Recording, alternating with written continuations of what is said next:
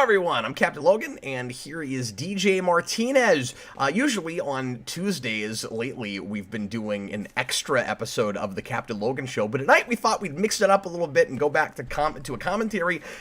DJ and I haven't done a commentary together in a long time, and I have missed them, so this is oddly nostalgic for me. And tonight, DJ picked our movie for the commentary. We're going to do very little preamble because this one is pretty long. So I'm going to let DJ set this up for you, and then we're just going to get right into it and press play. So I hope you've got it rigged up.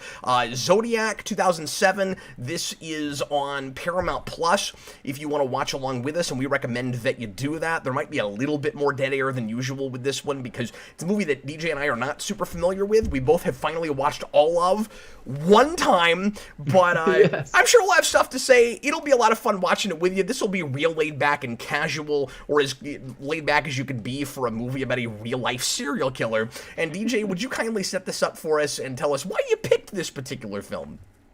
Yeah, so a couple of years ago, I started this movie, I think with my wife, and for whatever reason, we stopped watching it pretty early on. I don't think we got very far at all, and then just never got back to it. And somehow on the Captain Logan Show, this movie came up one time, and you said that you also had started it and never finished it. So it's kind of been a running joke for between the two of us for like the last year on the Captain Logan Show. And so, since we're doing some commentaries in lieu of Captain Logan shows on Tuesday, now I thought this would be a good one to do because we've both expressed interest in finishing it, even though we weren't interested enough to finish it at the time for whatever reason. And it's funny because that's not the way I remember the story. I thought it was that we both stopped at almost precisely the same place, where like we both got about halfway through. I was watching it this time trying to remember exactly where it was where I dropped off, and I'm honestly not sure. Yeah, I'm not sure either. I'll talk about this when we get into it, but I actually listened to a podcast series like all about the Zodiac Killer right before I started watching it, so it's all running together in my mind. I'm glad you did that. I listened to a little bit of material about the real life events, or at least a lot of questions about who it might have been and the facts in the case and all of that. I have not really done any research at all in the background of this movie or anything.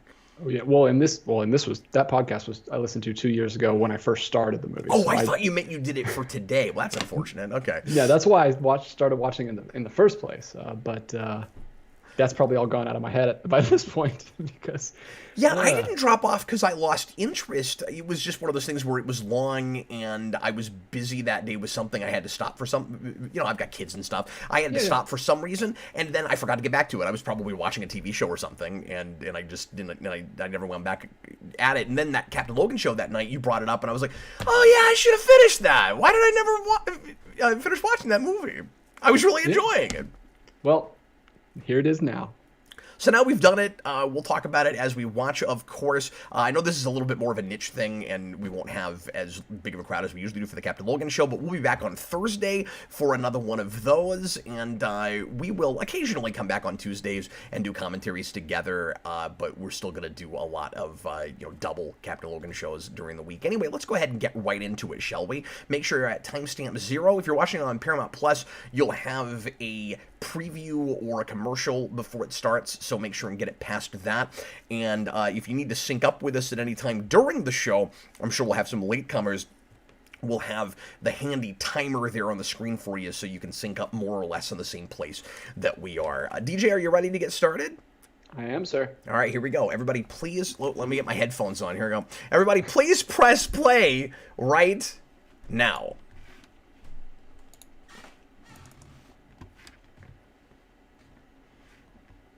Look at that old Paramount logo. Was that the 2007 logo, or did they do like a vintage logo thing for this? I'm not sure. Maybe it was the last year they used that, but I don't think so. I think there was a more modern one even at that point. I wonder if they just used an old one. Maybe that was the 70s one or 60s one, and they wanted to do a throwback because this takes place. I bet so, because this is a movie that spans a couple of decades, but is mostly in the late 60s, early 70s. Yeah, I don't know if I've ever seen a movie that spans this much time that's not like a biopic about a whole person's life or something. Yeah, or that doesn't mostly take place between a smaller amount of time and then jumps ahead at the end or something. Yeah, it consistently just keeps jumping and jumping years, and I was like, wow, I was not expecting that. So, DJ, you've told me that you don't tend to watch a lot of these kinds of movies. Yes, true crime is not my thing. Not even, I mean, just crime in general is not my genre. I'm Yeah. not a big fan. I don't even watch the news. Like I just don't I don't like watching depressing things. I kind of don't get why people are so into it. But my wife is way into it. This is totally her thing. She listens to true crime podcasts all the time. And I don't understand it because it sounds morbid and depressing, and I don't like it. But this one is the only podcast I've ever listened to with her because Zodiac is basically the Riddler, who is my favorite Batman villain, one of my favorite villains, and just like clues and uh, treasure hunts and that kind of intrigue stuff in general just really interests me. So, as morbid as this is, it's really interesting to me. Well, and I imagine that's a lot of why you like the Batman as much as you did. I did. I did, and we'll definitely talk about that. That was another reason I should have said at the top why I thought this would be appropriate, because the Batman came out this year, and he's clearly inspired by this real life character. Yeah, if not this movie at all. And obviously, tonally and atmosphere-wise, that movie is looking a lot more at something like Seven as a movie than it is this. But some folks have kind of complained and lamented that the Riddler is based too much on the Zodiac Killer. Yeah, I mean, obviously, I saw a lot of hate when that was coming out. I was very excited about it, Yeah. but I'm not a huge DC Comics guy, so I I can don't see, have. well, and I don't think it was everybody that was upset about that. It was because you're changing the Riddler so much as you're profiting off of a real life serial killer. That was more of what I saw. Yeah, and that's obviously a big theme in this movie Yep. with the And press. it's a theme in this movie, and it's also a question that I can kind of see both sides of with movies like this. Is this kind of thing exploitative or too exploitative as an entertainment? I think it's impossible, because I've talked about a lot of biopics and based on true stories now and kinds of movies. A thing that I never thought I would get into when I started the channel, but I've done quite a few of those now, and I don't think it's possible to talk about a thing like this without getting into the kind of ethical considerations and what a movie like this is for. Is it a fiction that is based on real life and we should only evaluate it as such, or does it have some kind of responsibility to be true to life? And it's sort of like like adaptation from even fictional source material. How close does it have to get to what the original version is, and can you make a successful, effective story, film, entertainment if you don't make some changes for the screen from real life? So it's almost like if real life were a medium, like comics, books, etc., there may be changes that you have to make in adapting to this medium for it to be effective. Well, and this one is like doubly confusing and because it's based on real life, but it's also from the perspective of the real life man who wrote the book. So it's kind of an adaptation of his book. Yeah, that's true. And we do that a lot with these kinds of movies, right? Yeah, we have to wait for someone to write a book about something before we can make a movie about it. Like the Mr. Rogers movie is Yeah, well, I just watched Blonde. is kind of that on way. Netflix, which is the most miserable experience you'll ever have in your entire life. Don't recommend it. I didn't Oh, even good, I'll make check it out. halfway through. Please don't, people. And it's completely based on a book, a historical fiction book, and it doesn't say that at all. And it Oh. just presents it like it's real, and it's super confusing and very, very, very weird, very strange.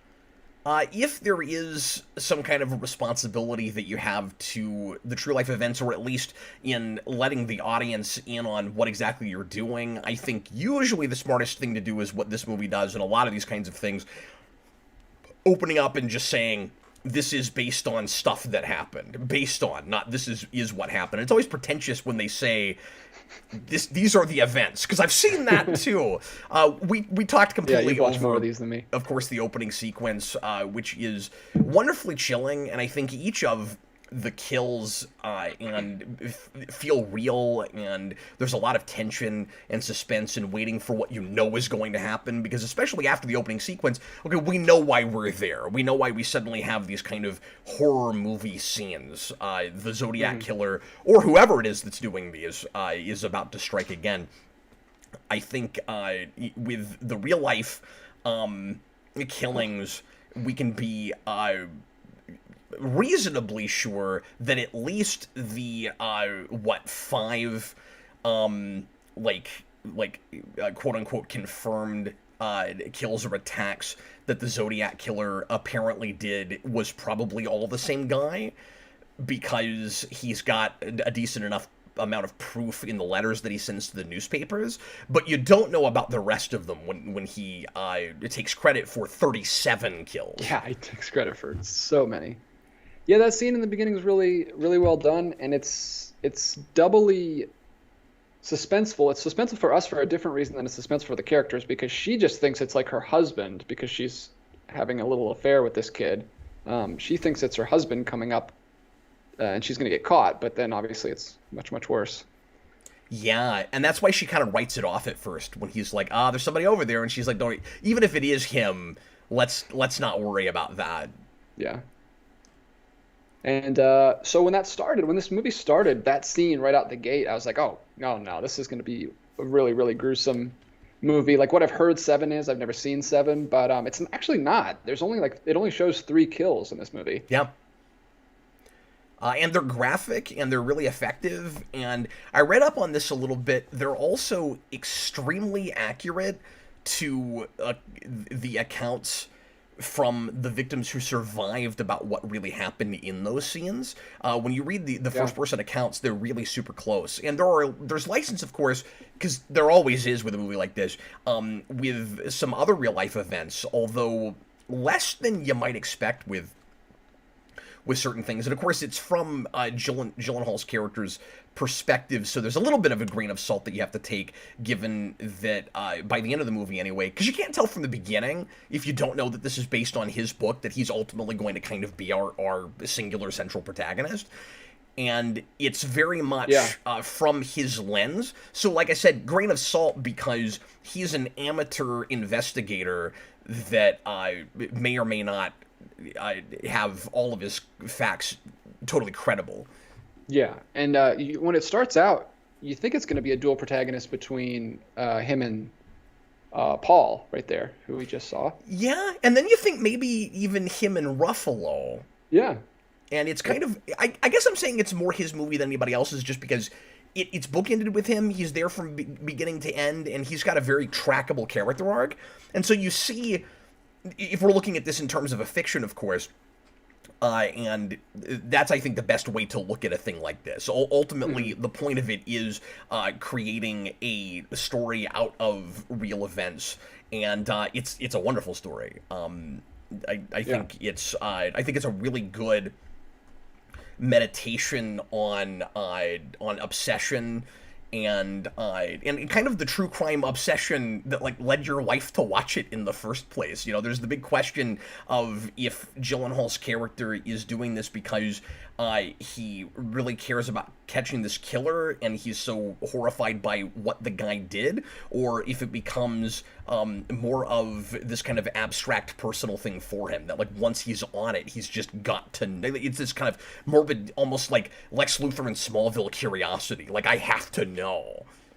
Yeah, it's a double-edged sword for me, because while I found this completely fascinating and I never checked my watch and it didn't feel long to me because I was so interested in finding out the mystery, it's also so incredibly frustrating. And I can't imagine listening to 1,000 stories like this. There's a bunch of stories like this where they were never solved. And I'm like, that sounds like such a frustrating experience to me. I don't understand it.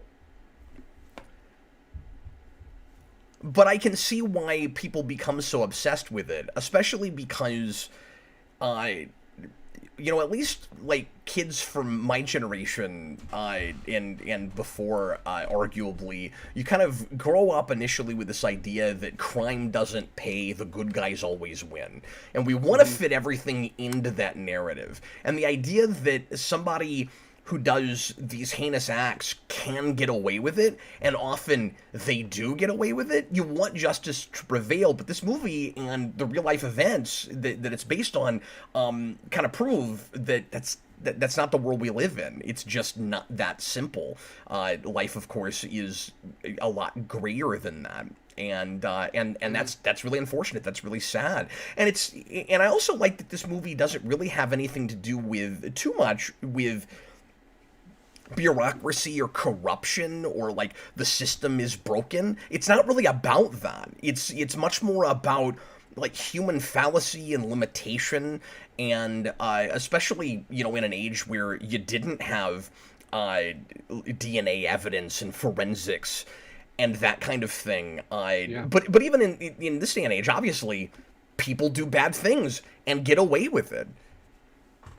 Yeah, it's very realistic in that way. I kind of like that. Normally, I feel like if this was not based on a true story that was so good, we would have like a corrupt cop or someone that's like messing with evidence or something. Yeah, and there's maybe a little bit of bureaucracy, or at least rules and things that get in the way. But it's of at least Gyllenhaal's character like getting all the information he wants, figuring out what he's trying to figure out. But it doesn't seem to be anybody like you said, messing with the system or anything. It's just the ways in which that would naturally get in the way. It's checks and balances. It's actually kind of working the way it ought to, really. And people breaking the rules end up helping justice, or as far as we can get it anyway. Yeah, well, and there's egos involved. Like, they don't like working together. They like to hold on to their evidence and not give it to the other cities and stuff like that. But sure, they kind of come together after years of dealing with this guy, and they all want it to be solved. So they all kind of help Gyllenhaal in the end. Yeah, and I love the balance of characters and screen time in this movie, because like we said, it spans so many years. The majority of the narrative takes place between 66 and like the mid to late 70s. And you'll have characters that'll pop out for a while and will naturally be intersected back in again when you weren't sure if you'd ever see them again. Like Elias Koteas' character, the cop. I don't know if he's a police chief or a sheriff or what, but he pops back in toward the end. Yeah. When you're not really sure if you'll ever see him again, and suddenly all these characters are kind of roped back into trying to solve this case. Yeah, I remember like a few years ago, it used to always be fun to call this, like I remember we used to call The Prestige like Wolverine and Batman fight over Black Widow or whatever, but it's not fun to do that anymore because pretty much every major actor has been in a superhero thing. I wanted to get into that, and for whatever reason with this movie, I find myself kind of making the exception, and it's fun to do that again. Partly because a lot. Yeah, it's a lot, but it's also most of it retroactive, and yet because there's so many of them, I can't help but kind of go back to the simpler old days DJ and go, wow, it's crazy just how many superhero movie characters are in this movie. And some of it is because you get even some somewhat more obscure ones, which is odd. So we could just break some of this down real fast. Obviously, you've got Iron Man, you've got Hulk, so you've got Robert Downey and what's his face? Mark Ruffalo. Mark Ruffalo. This is probably where they met, actually. But yeah, I'm sure it is. Before they'll be on screen together, and they get some screen time together in this. But it's going to be 5 years before they're together in Avengers. And then obviously you have Jake Gyllenhaal, who's Mysterio a lot later than that. But again, the thing that's most fun for me is just Elias Koteas. You've even got Casey Jones in this movie. And William Stryker, your favorite. And William Stryker.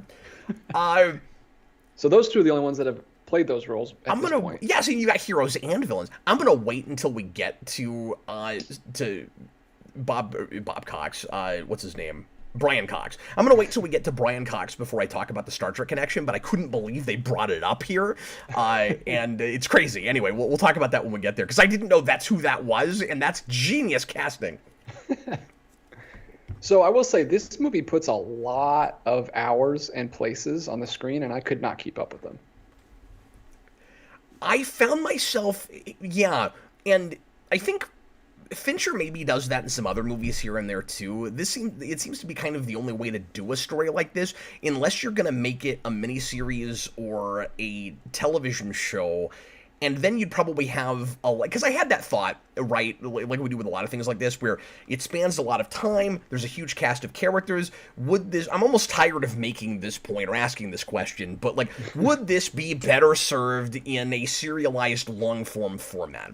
And I would want to see that done before I could say that that's a better or worse idea than how this was handled. If you did it now, this is a Netflix show. There's almost no way that you would even adapt this as a movie today, I would think. Especially because of how much true crime we do this way, right? Like, I think there's like a Jeffrey Dahmer one, and I think there's one that just came out. Is that the one that just came out? Yeah, and there's the Hulu one. I forget what else. Is there a Unabomber one? I can't remember, but there's several that are like. And that, to prove your point, there's a lot more suspects than are even talked about or shown in this movie. The Unabomber is one of the suspects. Some people think the Unabomber is that right? and the Zodiac killer were the same person. I didn't know which that. Isn't even mentioned in this movie, which I was surprised. Yeah, because we get all the way to 1992, but I'm not sure where they'd mention it. Yeah, I'm not saying. I don't know. I just know that it's a big theory. But I think it's. So what I was going to say about TV, though, is if you did it that way, you're risking a bunch of kind of superfluous and unnecessary subplots. Mm-hmm. And this, of course, in being... And I mean, it's a long movie, but in tackling all these years in just 2.5 hours, it keeps the focus on the case while still keeping it pretty character-driven and being real focused in its theme. It's all about not being able to catch this guy and how that's driving characters nuts, or how different characters are responding to it. So some people give up on it, but characters like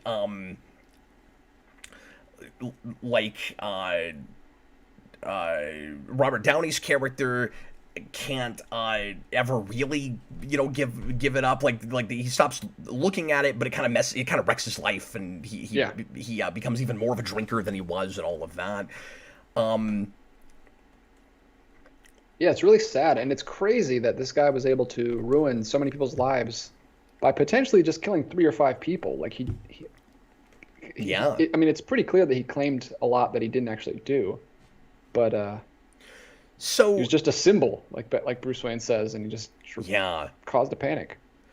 So this is the second of 4 kills or attempted kills that we see dramatized, and this is the kind of the most suspenseful and the most chilling of them, I think.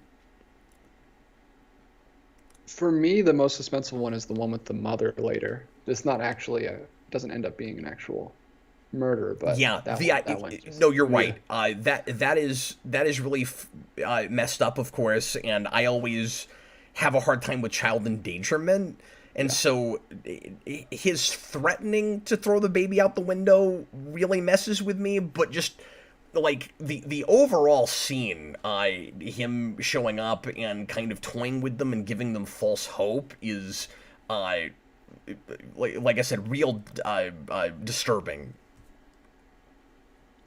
Yeah, I don't know what in the world he's doing. But Alex Barron, God, the bluntness of this scene is just horrific, and that bluntness is the right word, because again, this is based entirely on the account of the person who survived this. Yeah, and he lives. Crazy that he and the first guy both lived. I forget who one of the victims was, a consultant on this movie, but was really not sure if it should be made or not, and it had the attitude of, I think it was maybe this guy, but I'm not sure. The real life person that this guy's based on, and everybody is cast to look very close to the real life characters. By the way, it's pretty uncanny. It's as good as the O.J. Simpson biopic series, with the exception of O.J. Simpson himself. But everybody else in that looks really close. But I think his attitude was, if this has to be made, it needs to be, as close as we can possibly make it. But I don't think either of them saw the movie. I don't know how you could watch this scene without being horrified. It wouldn't be an entertainment for you, certainly, even if you could get through it. Like, how could you go to the theater and enjoy a thing like this?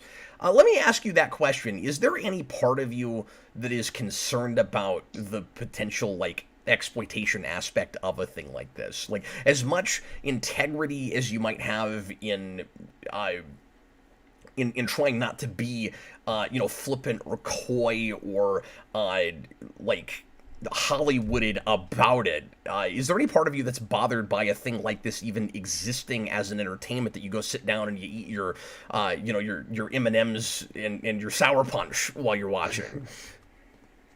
Yeah, it's tough. I think it's a case by case thing. It depends on how close the story is to you, I guess. I don't, yeah, because besides entertainment, I don't really know what the point of this is. You're not like spreading any good news, or like you're not, I don't know, it's not doing any good in the world. So it is just kind of like, oh, this is a cool story. I think I can make a cool movie out of that. Yeah, well, I think I disagree with that. I think it's doing as much good as any well-told story does that's actually about something and is mining truth, right? But the question is, could you... I think the argument on the other side of that is, but you could make a very similar situation and just change all the names and places. Like, does it have to be Zodiac? Do we have to make the real-life people the characters in the movie? Or should you much more loosely base something like, to make it more of a fiction? Yeah. Well, let me clarify what I meant. I meant like a lot of true stories will be told about like heroes who did something, but they never got any recognition for it, and you're kind of telling their story. Obviously, Yeah. outside of just telling a good story, you're kind of letting that person's story be told. But here, you're not Until doing until we got that. close enough on this car, I thought somebody actually signed the back of it.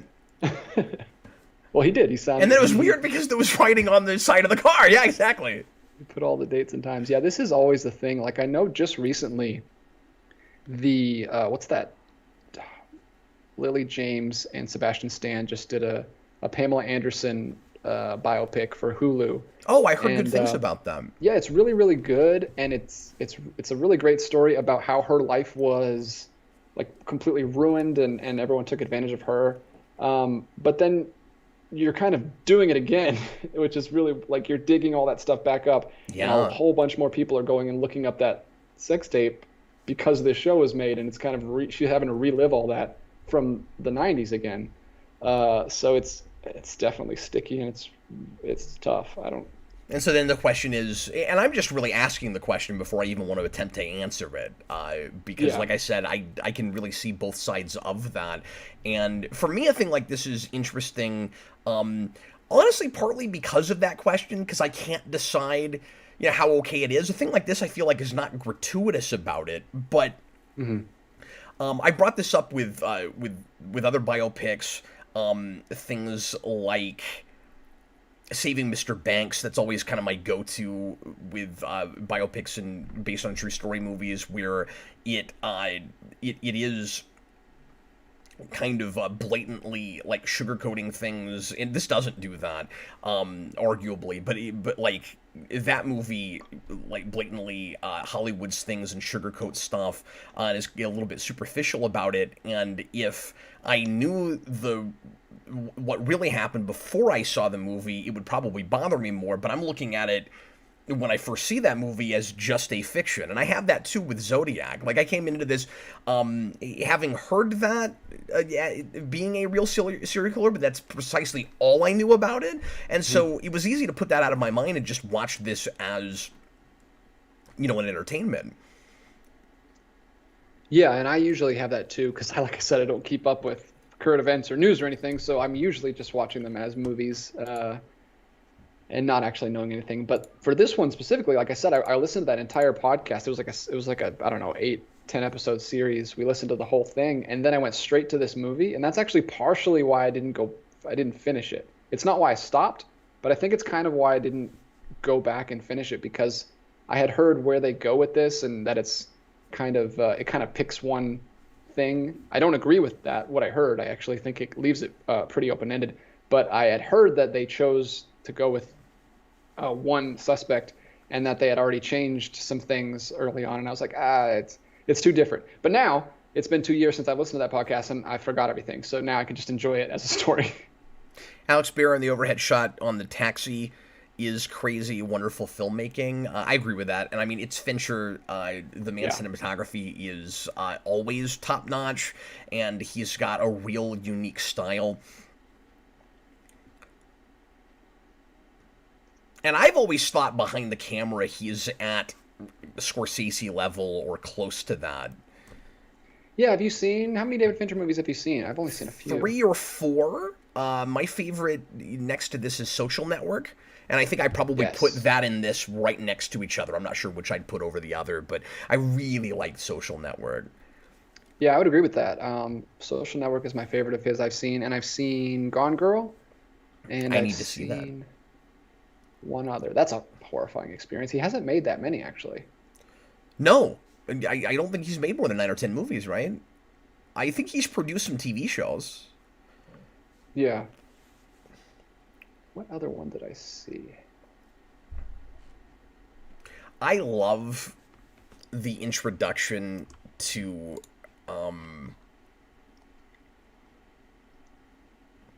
Ruffalo's character.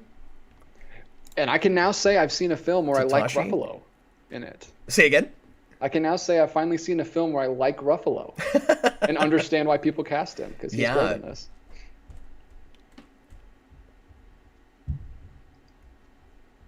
I feel like I've seen him in 1 or 2 other things where he wasn't playing Banner.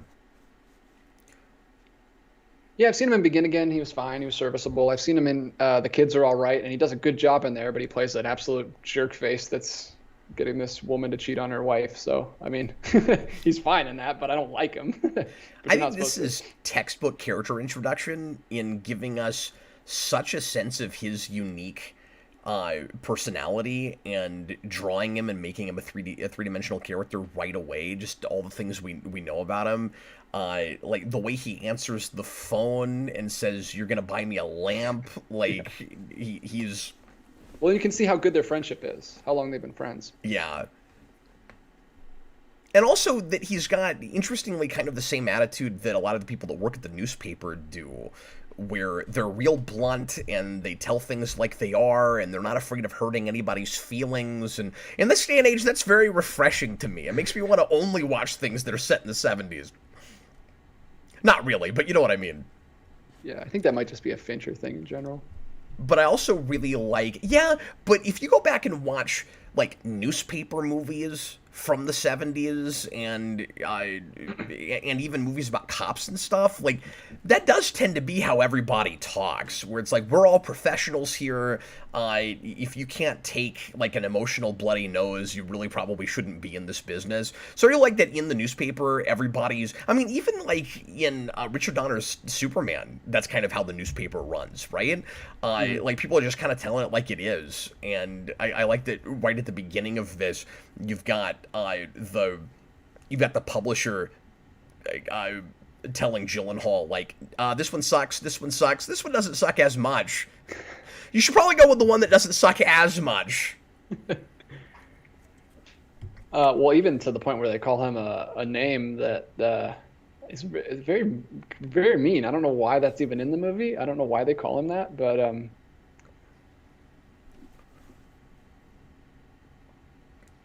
But I like the animal crackers thing as just a character quirk. And things like that, again, when things are based on real life, you kind of wonder if that was actually a thing with that guy, but it doesn't matter when you're in the movie. Like, it's just a story. Good. The only time that I thought it felt kind of awkward and weird is when he asks his new partner, he's like, "You don't happen to have animal crackers in there?" And it's like a fast food bag. He's like, "Why would he have animal crackers in his bag?" Yeah, who's just going to have that? Nobody. He's just been doing that for so many years. He's like, look, I can't be the only person that's latched onto this, like, cigarettes. Well, and I imagine those are a much bigger deal in the 70s. Nowadays, we've got so many cookies and junk food sweets that are way more sweet than animal crackers. That's true, but animal crackers do have a very distinct taste, DJ. I don't know that you'd want to eat those all day long, though, when you're on patrol and stuff, because I feel like it would really dry your mouth out. Yeah. Well, this was before the animal crackers with like the pink frosting on top. Well, that's not typically what I eat either. Like, I eat the real kind of dry, like non-sugary animal crackers, which I'm assuming is what he's eating. Yeah, yeah, that's the ones in the box.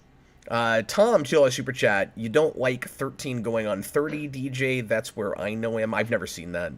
Yeah, I've never seen 13 going on 30. Sorry, Tom. Sorry to disappoint. AMC mentioned Spotlight. I've never seen that. So yeah, I don't know. I might have to go through more of his catalog at some point. I know Spotlight. That's another journalism movie about unraveling the secrets of the Catholic Church with all that stuff. Oh, that's right. Michael Keaton's in that too. Have you ever seen All the President's Men? I haven't. That's kind of like the journalism movie of the 70s that's about Watergate. I think I have it. I definitely have it. It's Matt Damon, right? My wife has it back I'm there. sure Criterion's put out All the President's Men. Some of those movies are my wife's back there, so there's some that I haven't seen, and that's one of them. Oh, I don't have to have seen a movie to own it. I'm sorry. I meant to speak more to your point earlier when you were talking about trying to keep up with all the dates and like how many days later and place names and all of that, because you're right, like we're jumping around all the time, but I feel like the events are so trackable that at some point it kind of doesn't matter too much if you're keeping up that much with like how many days have passed, if you're just in the ballpark of how far we are from the major events, because it does feel like it's one story. It doesn't feel like we keep jumping around and we're missing pieces. It feels like this, because yeah, this is how stories are told. This is just a weird story to try to tell, right? So you have to take out all the stuff that doesn't matter, and stories are about a change in status quo, right? You have to have an inciting incident, and that's the initial Zodiac killer murders and the letters, right? And then in order to tell the story about that, you have to just keep jumping in time. There's no other way to do it. What matters is when there are kills, when there are letters, and when there is investigation. Mm-hmm. Yeah, I don't think it's necessary to keep up with them all. I just was trying to, because I knew we were doing this commentary, and I was like, I can't keep up, because it jumps hours sometimes. I'm like, yeah, whoa. That's true. But yeah, I'm just wondering, is that a criticism, or is that just like kind of a necessary evil, do you think? Yeah, I don't know. I mean, I guess you could make the argument he doesn't need to be showing us as many as he is, but I don't think it's necessarily a criticism. The only ones you really need to know are like the ones where it jumps like 3 years and like 7 years. Like that's kind of important to know that much time has passed. It is really interesting going back and seeing Downey just a year before Iron Man giving essentially the same performance, just if Tony Stark was broke. Yeah, well, I mean, does he ever give a different performance? That's true. I mean, soloist. Yeah, different in soloist. No, that's fair. I mean, like I've seen him slightly mix it up here and there a little bit, but I guess just a year before that, when he's starting to get big acting gigs again, it's interesting because it almost feels like this is your proof of concept for Tony Stark. It's like it feels like you're watching the movie that is the reason that he gets cast for that. I want to tack this in real quick too. I love the subtle detail of Jake Gyllenhaal is putting his kid on the bus, and I've kind of forgotten for a second about the letter where the Zodiac killer is like, I'm going to kill a bunch of kids on a bus. So I'm not even thinking about it, and then he starts to put the kid on the bus. You know what? Never mind. That's a bad idea. And he just takes him to school.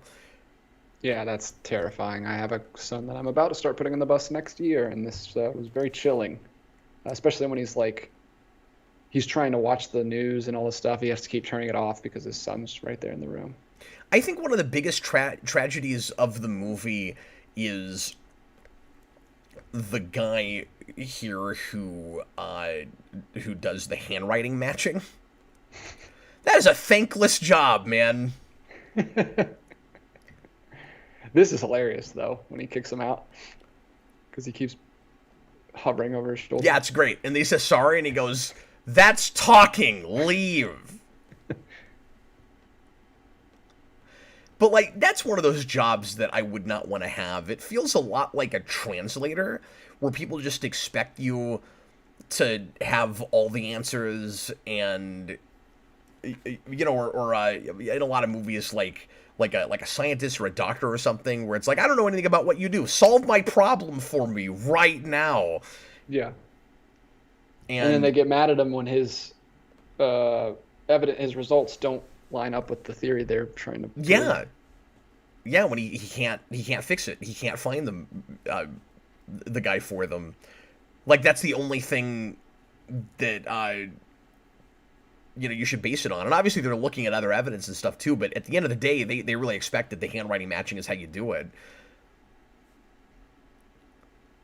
I really wonder, given, because like I said, I did a little bit of research about this today. I wonder, given that there are at least a couple of suspects, and remember, they narrow it down to 2,500 in the movie, and I think that's true to life too.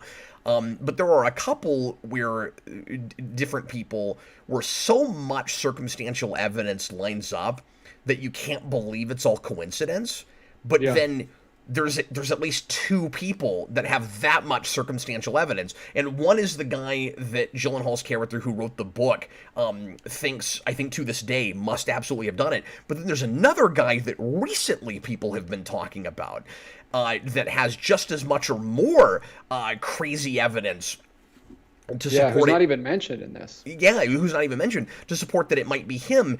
And it makes me wonder, and I'm not saying that necessarily those two guys in particular are conspiring together, but the idea is it's one of those, is there such a thing as coincidence? And it's like, well, if there's more than one person where too much seems to line up, then there must be coincidence.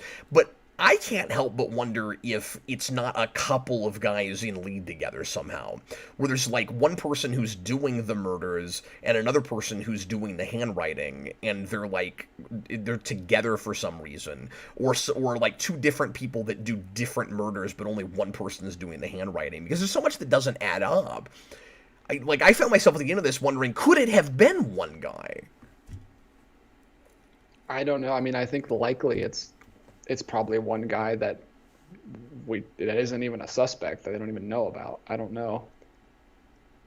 It's so crazy, especially because it's a movie and they're able to manipulate you a little bit to kind of feel a certain way.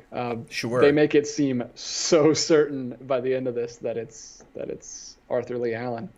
Well, and again, by the way, there's Donald Logue, who is also in a superhero thing. And like you said earlier, like, everybody is at this point, but there's just so many characters in this that I had a fun game. It's hard not to have fun with that. We could be playing like superhero bingo right now. We should set up that. If we're gonna keep doing commentaries, we should absolutely do that and have like decades, and you have to get like so many from each decade or something. But there's actually a good bit of Friends actors in this. I don't know if you noticed that. I kept noticing Friends actors. I don't know. I kept noticing people from all kinds of other things, and I'll point out there's a lot more toward the end where I'm like, oh, and I know that person from that. There's a lot of Star Trek alum in this. Yeah. AMC says WoCap just looked up the cast, and this movie had Harvey Bullock from Gotham in it. Yeah, we're looking at him right now, or we were. Yeah. So in the background right there, like the police chief of one of the places is Joshua from Friends, who Rachel dates for a few seasons. And then later I on, didn't catch that. Okay. Later on, Chandler's crazy roommate shows up, and I don't know why he does. He just shows up for like a couple scenes. He's just like a new guy. I don't. Oh yeah. It's very strange. We should also mention there is a director's cut for this movie, which I didn't know about until I already started watching it. So I decided to just go ahead and do the theatrical. It's 2.5 hours long, and it doesn't feel like anything's missing. No, and I looked that up. At some point, I'll watch that. It's only apparently 5 minutes longer, and I skimmed through the scenes, and it didn't seem like anything too revolutionary. Oh, well, thanks for looking at it, though. That's cool.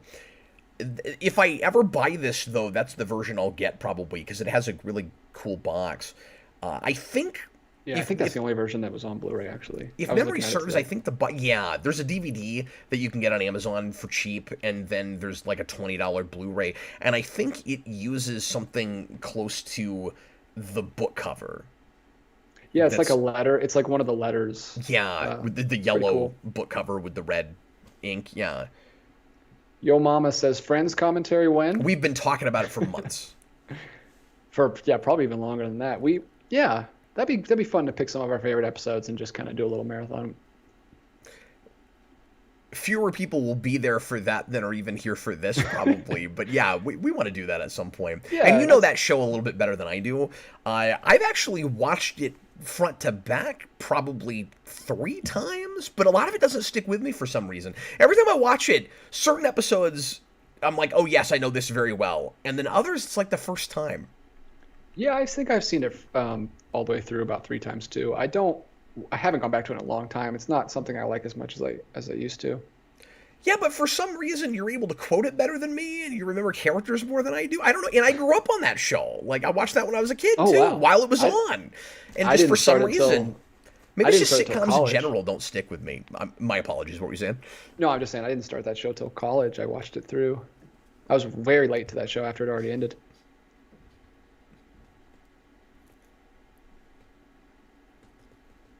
This is where it gets all really confusing. He makes a bunch of mistakes supposedly, but they're probably like just fake mistakes to confuse them, and it's a completely different pattern than he's used to doing.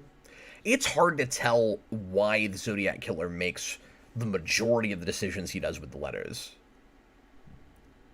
You know, and it's easy to chalk a lot of stuff up to, he's just crazy and, like, it all makes sense to him but nobody else, or he's just doing things to throw them off, or, like, this is, more than probably any other real-life serial killer that I've looked at anything about, not that I know a ton, I'm real casual in my interest for true crime, but I do find it really interesting, and I have watched a lot of stuff, but kind of in the background when I'm doing something else. Like, it is an interest of mine, but I haven't studied real hard a lot of that stuff, so I don't want to act like I'm an expert or anything. But Hmm. that's a real life character that more than a lot of others I find myself going, he's either a genius or convinced everybody he is.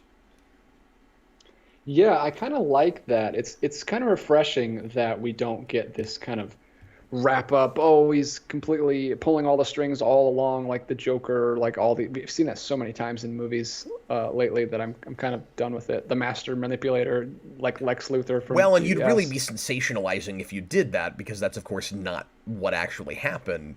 Yeah, I'm just saying it's refreshing to see to not really know. Maybe he doesn't. He is doing everything on purpose. Maybe he is making mistakes in it. It's just so But up I in the just, air. but I just think it's important to note that when you say it's refreshing, it's just them going with what really happened to make it refreshing. It's not a like narrative choice. Like, it's just Yeah, what well, happened. I'm just saying it's refreshing to me. I'm not giving anyone Sure. a pat on the back for it or anything. Brian 'Cause Cox having to ride in the back of a car on the floorboard is one of the funniest introductions to anybody ever. Brian Cox is one of those actors that I've been wanting to go through his whole catalog at some point because I like that actor a lot. Yeah, and I didn't recognize him immediately in this because I'm not super familiar with X2. I've only seen it a couple times. That voice you'll never surprise me with. As soon as that comes up, I'm like, there he is. We got Brian Cox here, folks. So he is playing, of course, a real life person who was, I guess, a famous lawyer, I think, who also did occasional acting gigs. And he says here that he enjoyed acting so much he considered doing it full time. And they bring up the Star Trek episode that he's in. And we're in 1969 right now, which is, they say, a shame about the show. So it's already been canceled at the point he's on this news program. What was your character's name? Gorgon, he says. It's actually Gorgon, Gorgan. One of, and that guy might just be being diplomatic when he says, I liked your spot on Star Trek, because it's one of the worst episodes of that show. Universally hated almost. It's a third season episode called And the Children Shall Lead. Gorgon is better known as the Friendly Angel, and Brian Cox, go look up at some point a still of the Friendly Angel. Brian Cox is like the spitting image of that actor. It was a perfect casting choice, and of course I just like Brian Cox in general. But I found myself going, like I always do, just because of my interests, anything set between 66 and 69, I'm immediately going, okay, is there going to be a Batman or a Star Trek reference? And there almost always is one of them. And there was our Star Trek reference. One of the least likely things I thought we would bring up. Wow, he does look exactly like that guy. That's hilarious. Isn't that great? I wonder if he grew his hair out for this, or if that's a piece. Oh, he must have. Oh, no, good call. Yeah, maybe he is wearing hair. Well, it looks good either way. Yeah. It looks, or I should say, it looks believable. I don't know that it looks good. Yeah, this is the. Oh, throwing shade at him. This is. This is where we really start to just be like, okay, we don't know what the heck's going on. We've already got people like, we've already got copycats. And then we'll see a montage where just everyone in the world thinks they know whose it is, and they have to listen to 1,000 people. Yeah. Give their stories. I can't imagine living through this. Senior Sticks $2 super chat. How would Batman handle the Zodiac killer case? I mean, he'd investigate it like he does anything else, and Batman, almost always is able to solve this kind of thing. So I guess he'd just solve it. But I wouldn't mind maybe seeing a fictionalized Zodiac story with Batman where he has to deal with not being able to solve a crime like that. Yeah. Handle it kind of like we've done Jack the Ripper with Batman. Yeah, that's what I love. With Gotham by Gaslight. Except I think we said who it actually was. It'd be cool with Zodiac if it was like not even Batman can figure this out. Yeah, that's one of the things I was thinking when I was watching this was like I really liked the Batman, but this would be really cool too, is if he never saw, like he couldn't figure it out, or like this movie they did think they caught the guy and they put him away, and we actually think that if they, like say the end of the first Batman movie, we actually think we have the Riddler and he's in jail, and then like the stinger is it's actually a different guy. Yeah, that's not who it was. They've got the wrong guy. Yeah. And probably someone that did some terrible things. Yeah. Sort of like you're even faked out a little bit in this movie with the guy whose house Gyllenhaal goes to, and for a minute it looks like he's gonna try to lock him in and kill him, and you're supposed to think, oh, maybe that's the Zodiac killer? And then he just lets him go. I don't know why he's acting that way, though. That's a question. It's like, why are you screwing with him like that? Is it just fun for you? Or, like, are you also a serial killer, but just not that one? Like, what is happening? Because that guy's messed up. I don't know if it's supposed to be, if he's just a jerk, or if it's supposed to be, we're just supposed to be in Gyllenhaal's head that whole time, and it's actually not as freaky as it looks in his head, or it seems. John Ty says, like Long Halloween, kinda. Yeah, I guess so. I guess Batman, by the end of the day, hasn't really figured out Long Halloween, because Harvey Dent's wife is not caught, I think. Right? Remembering that? I don't know. I always, Heck if I know. I always forget how exactly that book ends, because I don't love it. I'm not super invested in that. This guy's really good, too. It's kind of it's a touching scene when he has to leave to be with his kids, and he has to abandon it and leave his partner. I love all the parenting stuff in this. Yeah, I agree. That's something that's hitting me that wouldn't have hit me, 5 years ago. Well, and that's one of the things that makes it not feel too sensational or Hollywooded, and makes it just feel real credible and real, right? Where we get that kind of downtime, we're dealing with people's families and what they do when they're not at work, and how little time they're really spending with their families, the kinds of sacrifices that you have to make to do the jobs these people are doing, and kind of the tragedy with Gyllenhaal's character of, if he just stayed a cartoonist, it did seem like he was spending a reasonable enough time with his family, and he would be able to keep, his wife and his kids together. But he just got too obsessed with this case. And I read an interview today with the real guy who said that as much as he hates, because that did happen in real life too, he did indeed get divorced over it. His wife left him because he was spending too much time on this, and maybe even because, I don't know about this part of it, the movie plays it like some of it is he's putting his family too much in danger. It must have been because in real life he did also get those cold calls with the breathing on the other end. That is real. That happened.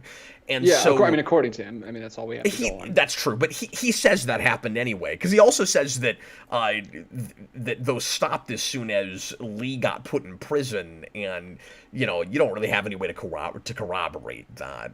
Yeah, But it's that's what's so interesting, and I love actually because I mentioned earlier that I didn't like that it kind of was his take. The first time I watched this, I didn't like that they went with that take because there actually is a lot of evidence against why it's most likely not that's right. that guy. Yep. But I do like how open this leaves it, and it kind of sets it up.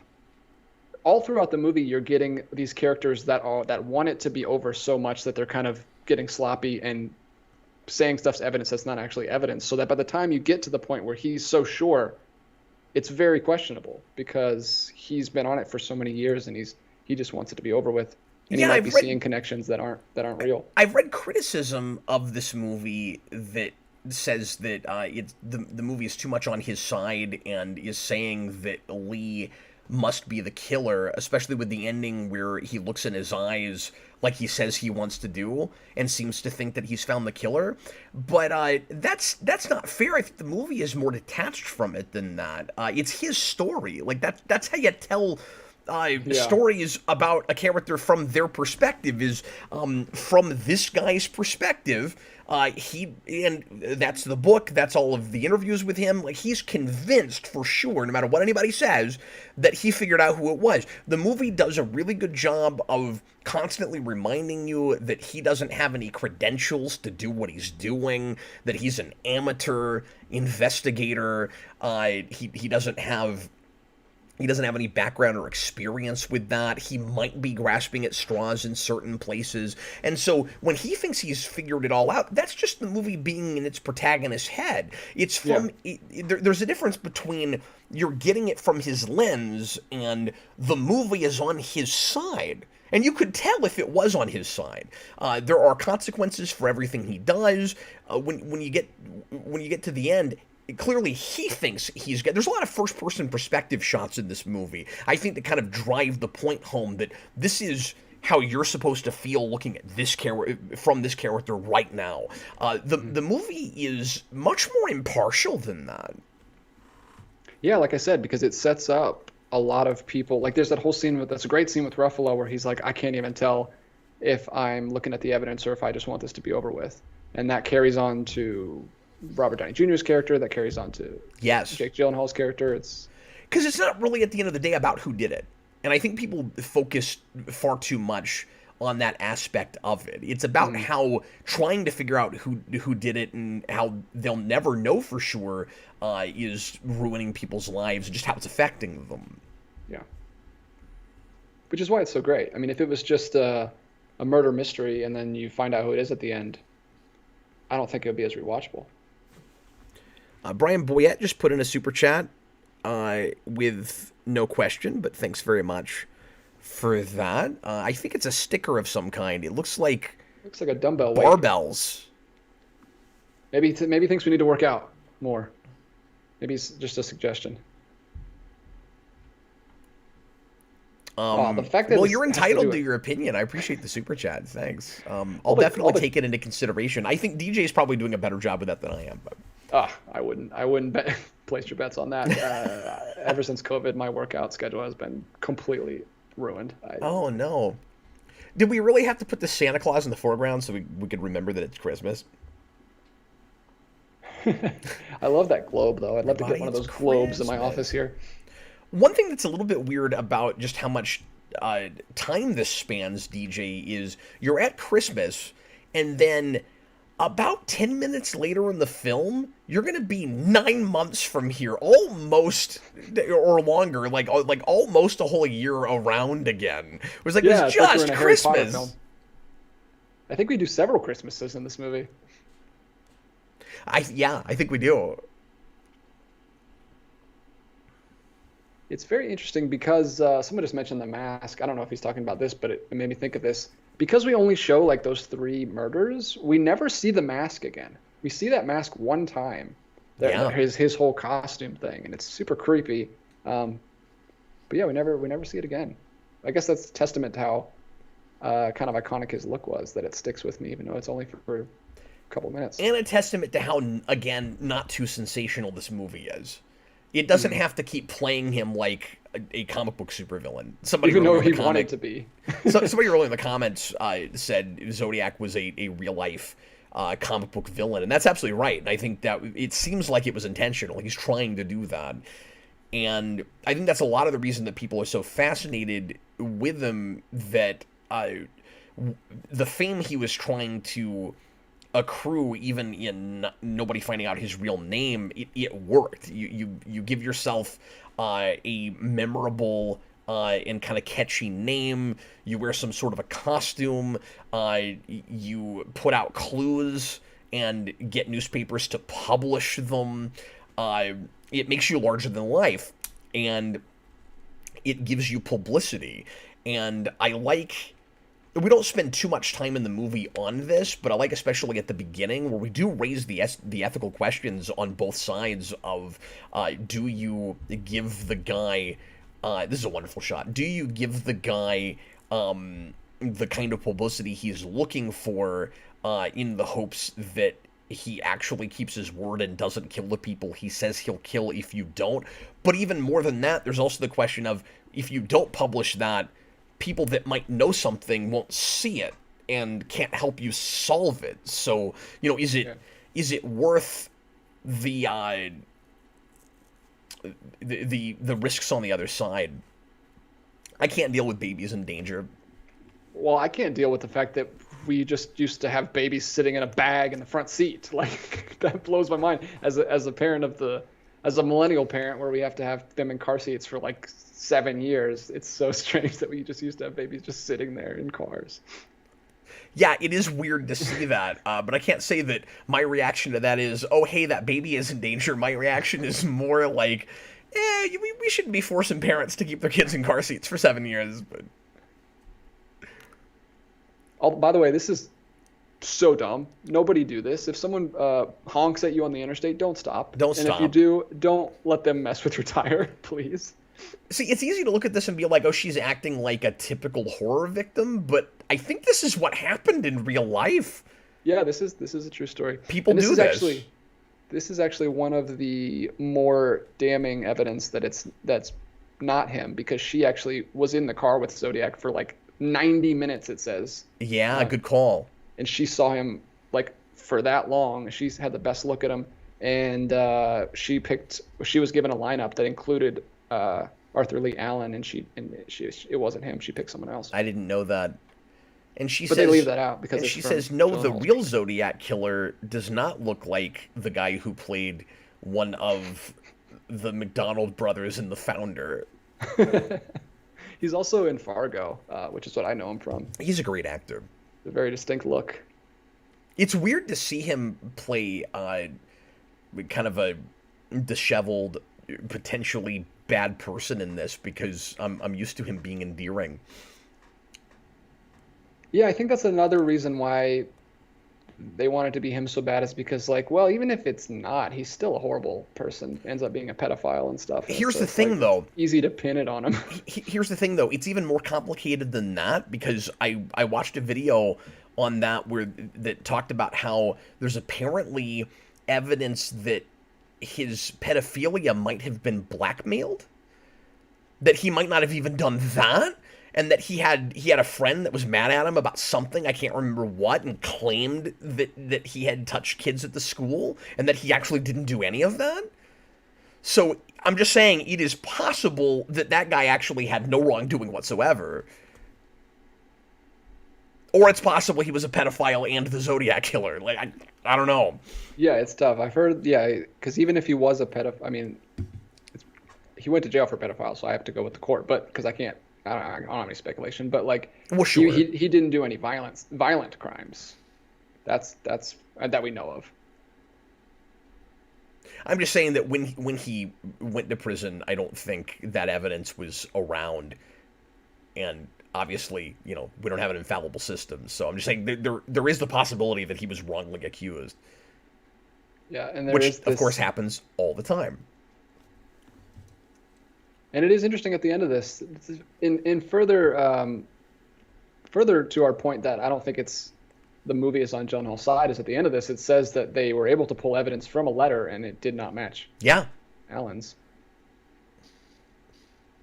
They're also really careful with their word choice in the in the language on the screen on black at the end, where they don't say, like I was talking about earlier, the phone call stopped.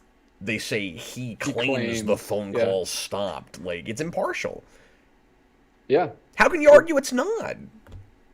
It lets you make up your own mind. Yeah, that's pretty clear I mean, to you me. do only see, it does leave off evidence, like I said, the girl, that woman not picking him out of a line. It leaves off that stuff because that's not the story they're telling, but Yeah. you can look that stuff up for yourself. Cedar Six, $2 super chat, and again, they give you what you need for the story they're telling. DJ, if someone honks at you, you're obligated to stop. What? What? That's not a law at all.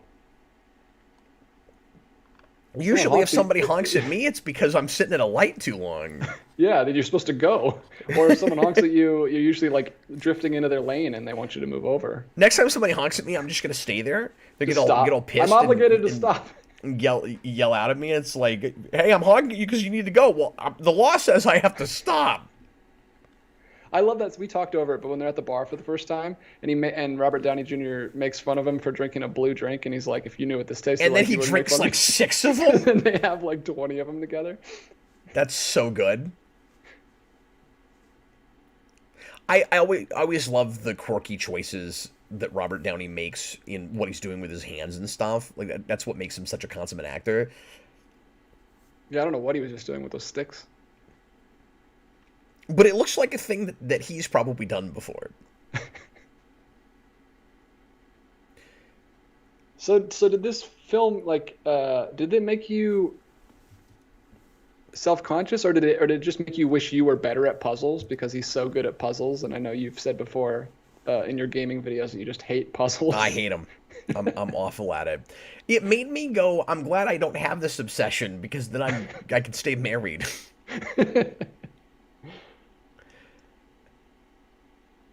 Hey, DJ, do you mind running point for a couple minutes? I just need to take a quick break. Yeah, sure. Absolutely. Okay, DJ is going to keep conversing with you guys, and we're going to keep the movie going. I've just got to run off for a second. I'll be right back.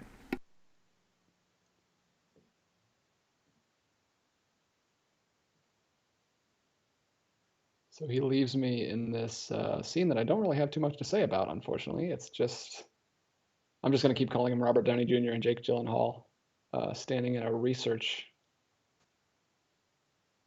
library, just looking at a bunch of facts. Oh, here we go. So this is interesting. So he stole this is where we find out that he stole his logo and his name from a watch, which is really interesting.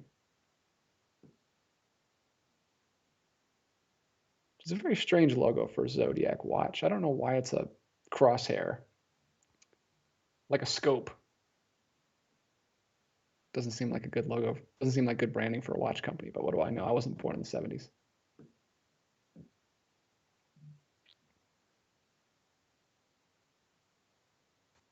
Senior Stick says, DJ, you stacked your shelf full. I did.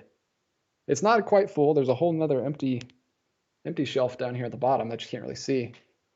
And there's some space over there and stuff. So yeah, still moving stuff around. It's a little different than the last time you guys saw it on Thursday, but I am still adjusting.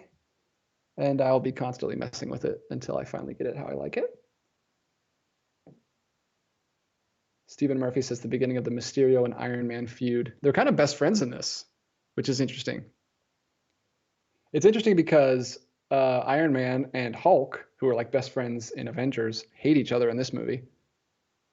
And then vice versa. Mysterio and Iron Man in this movie, who usually hate each other, are best friends in this movie. At least for half of it. Yeah, because of the box of scraps guy. Yeah, it's completely reversed in this. They're best buds. I know you don't like that movie, and the more I've watched it, especially or thought about it since you and I watched it, I'm feeling more and more that way. But boy, I love the box of scraps guy came back. Oh yeah, that whole thing is great. Well, that's the best scene in the movie is when it flips.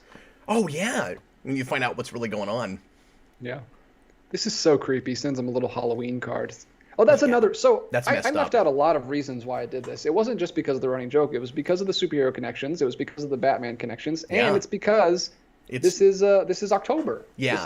This is a spooky movie. This was on my Spooktober list for this year. I've put together a list of movies I'm trying to get through this month, Oh wow. and so it was already on the list. So I was like, hey, why don't we do a commentary on And it? I wasn't even thinking about it for a Halloween movie, and I even found myself going, if we're gonna do a commentary on, during October on Tuesday, like, why are we doing this? And then I started watching, and I was like, I'm dumb. This is kind of a, it's Yeah, it's definitely in very that vein. unsettling, It's very weird because it's a unnerving. real thing that happened, but it's definitely in that vein. I forgot about the, Halloween card, but there's a lot of holidays in this, and that makes you think that Zodiac must have even maybe been an inspiration for Long Halloween. Yeah, yeah, that's interesting.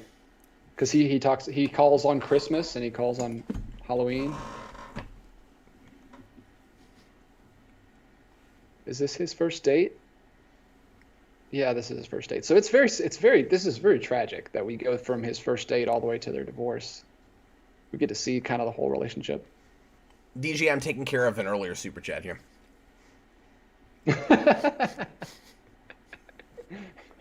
Well, I can, yeah, but that's what we should do.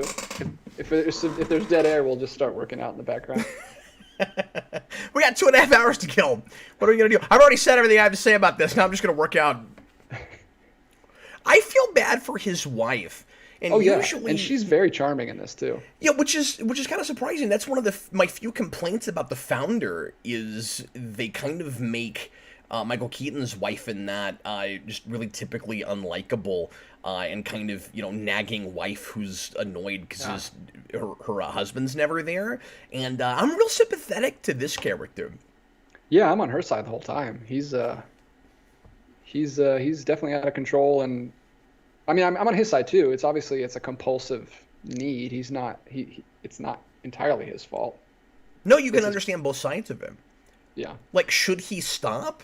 I don't know. Probably not. Should he be Yeah. putting his family in danger? No. So both things are bad. Yeah. Now, should he put his family's safety above catching the Zodiac killer? Yeah, that's where it breaks down, right? Like, I think maybe ethically, and of course everybody can make up their own mind about this. Personally, I'm gonna say, DJ, ethically, you keep trying to work it out to the point where the serial killer is calling your house. And then maybe you quit. Then maybe you pass it off to somebody else and give somebody else all your research and say, look, I think he's found me. And you certainly don't go on television. Like, when she gets mad at him for that, and I think that's the straw that breaks the camel's back and why she takes the kids. I think she's right. I think at that point, he's taken it too far. But if he lived alone, I could see risking his own life, because my own personal ethics for me, I always feel like, generally speaking, you ought to be able to do whatever you want to as long as it's not adversely affecting anybody else. Put yourself at risk as much as you feel like you need to, but once you're putting other people in danger, that's when you've got to start thinking about doing something different. And so Yeah. that's where I And think he goes too far, maybe. Well, he definitely goes too far because he's like roped his kids into it. Like they're like helping him solve some of it. Which is a funny scene when he's like, "Who's working on it with you?" And he's like, some colleagues."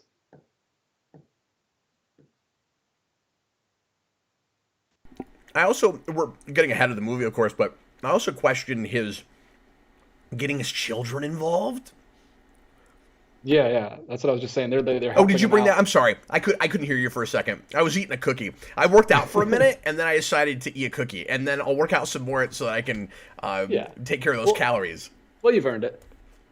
Cancels each other out. This is a crazy. Like I thought he was absolutely insane for doing this. Paul, for going down on this anonymous tip. Because it's exactly what you think. I mean, it's not what you think it is, but I mean, everyone is thinking that he's about to get murdered right here.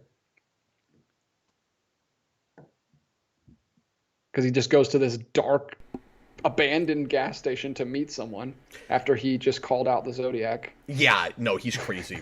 Anonymous tip. Napier's been cleaning out access chemicals. But she's so cool. She's such a cool girl. Like it's their first date, and she goes to his house and like tries to save or just to make sure his friend's okay.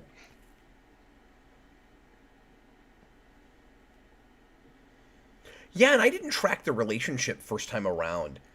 Like, I just saw her, and then later saw her again when they were actually married, and my mind filled in the blanks. Oh, he's been married this whole time. But no, you're right. We see the whole relationship.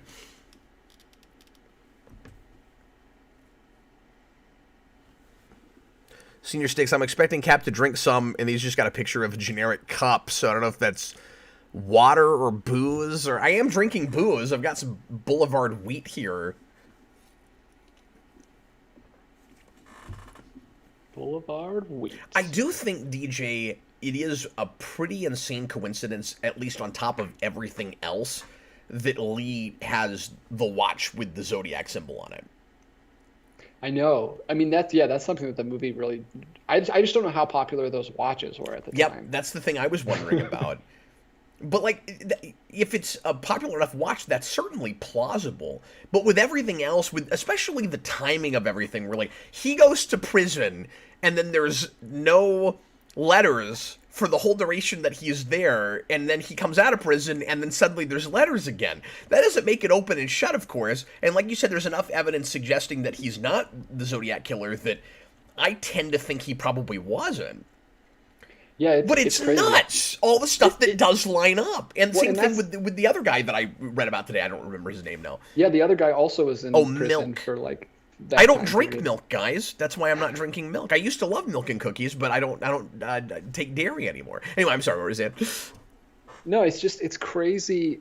This gives you such an appreciation for cops and law enforcement in general that they have to deal with this all the time. Like there's hundreds and hundreds of possible suspects. Like you can't. It's we because we only watch movies and we hear like the cliff notes of these cases. We think it's so open and shut. And I know who it is. Like we think we can figure it out just by like a couple minutes of looking at the evidence. But like there's millions of people everywhere, Yeah. especially in California. Like there's so many people that it could fit.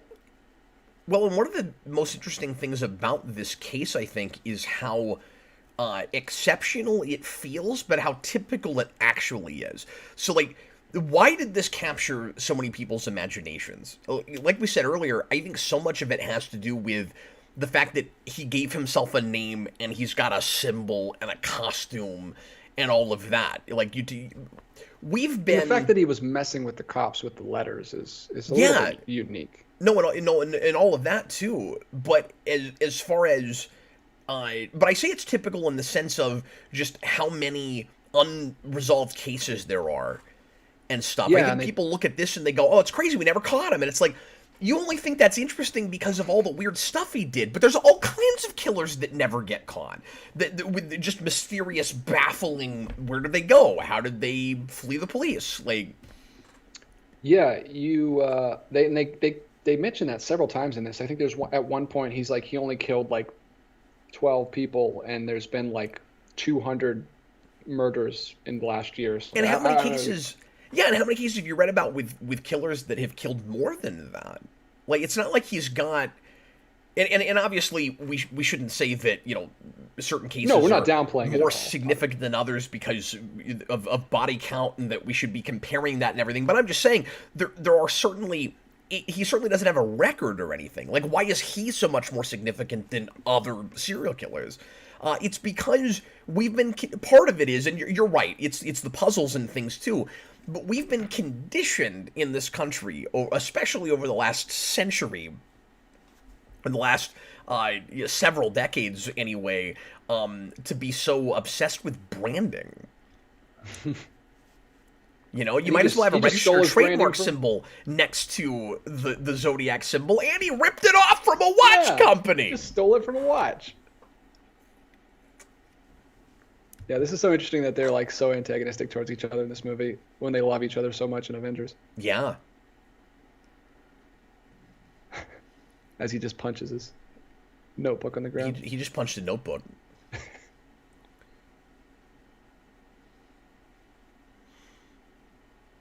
Stephen Murphy, and just because the internet exists doesn't mean it'll solve every case. Yes, of course. Or some technology we have now, because we would have solved everything by now, I imagine they've helped.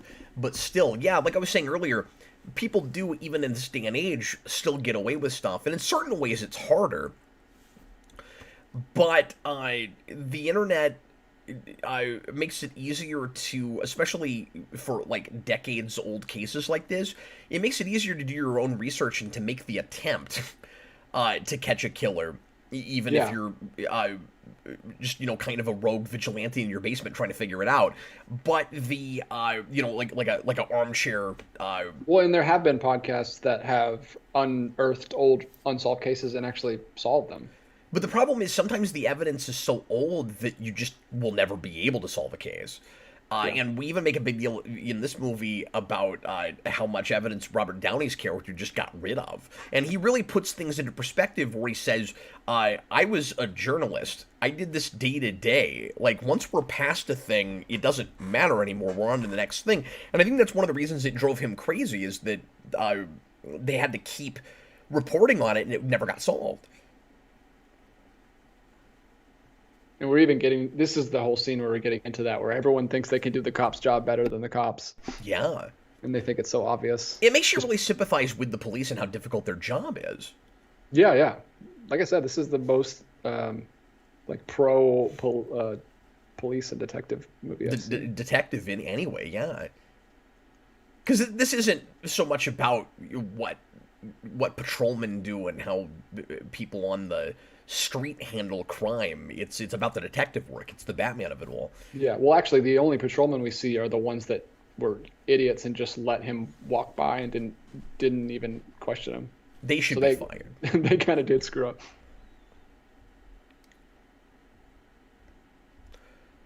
So but this guy, I think. Sorry, go ahead. Sorry, go ahead. No, you. No, you're fine. You're fine. Go ahead. I was just talking about this scene right here. This is the guy who, I mean, from what we're given, the guy came onto his children, and so he was trying to get back at him, which I've seen as like a rebuttal for why he was even a suspect in the first place, because this guy was trying to get back at him for messing with his kids.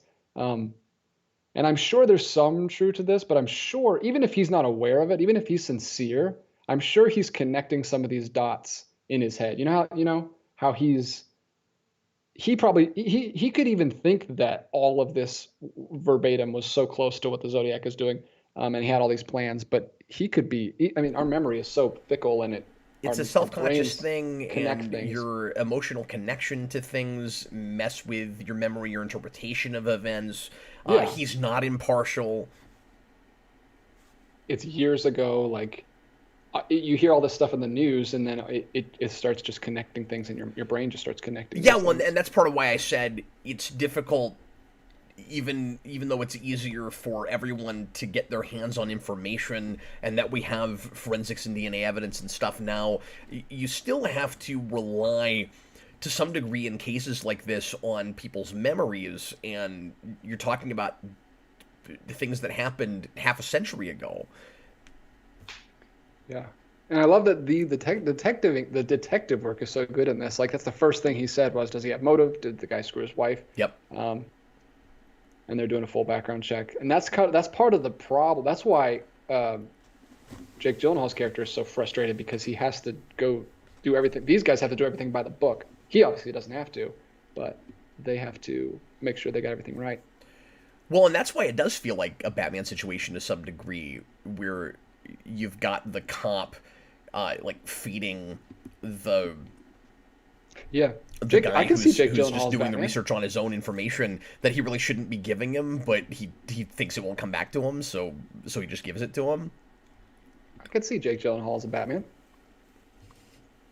Not necessarily with the performance he's giving here, but I've heard in Nightcrawler he's great in that. He just doesn't have the physique for it. I could, when he was younger, I could have absolutely pegged him for Nightwing, though.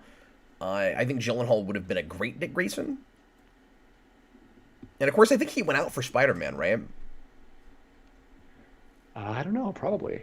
I seem to recall, and like my memory's rusty, but I seem to recall he was maybe one of even the final choices where he almost got that, but I'm not sure if I'm right about that. And that would have been right after Donnie Darko. So Yeah, he was he definitely was young young. enough to play it. Yeah, Josh Galicano says Jake Gyllenhaal was rumored to be Batman. That's interesting. Oh, I didn't know that. There he is. There's Joshua. But yeah, Ruffalo is, in a weird way, like, sort of Gyllenhaal's Gordon in this, but Gyllenhaal is a lot more of like a Clark Kent character than he is Batman, right? Yeah, he's a very interesting character, right? Because he's supposed to be kind of shy and quiet, but he's also But very he's bold. He's really very bold. proactive. Yeah, Yeah. I don't. I feel like that's kind of him fudging things in his book a little bit. I don't think he was as Gung ho. It makes for better viewing though, doesn't it? yeah. That's very People are interesting. complex. People have different sides to their personality. Well, yeah, and I can believe that this brought that out of him. This obsession brought that out of him. But Yeah, I buy it in the case of the film, but you're right. Yeah. I bet it's not like that. He's probably stuttering more. He's probably making phone calls and like a little jittery, a little not sure what to say to people on the other end. yeah, but I mean, anyone writing a book about themselves, we're all gonna. It's just like social media. You're gonna put the best stuff forward. No, that's a good point. Yeah. He was a cartoonist after all. Like, Yeah, he's a little shy guy.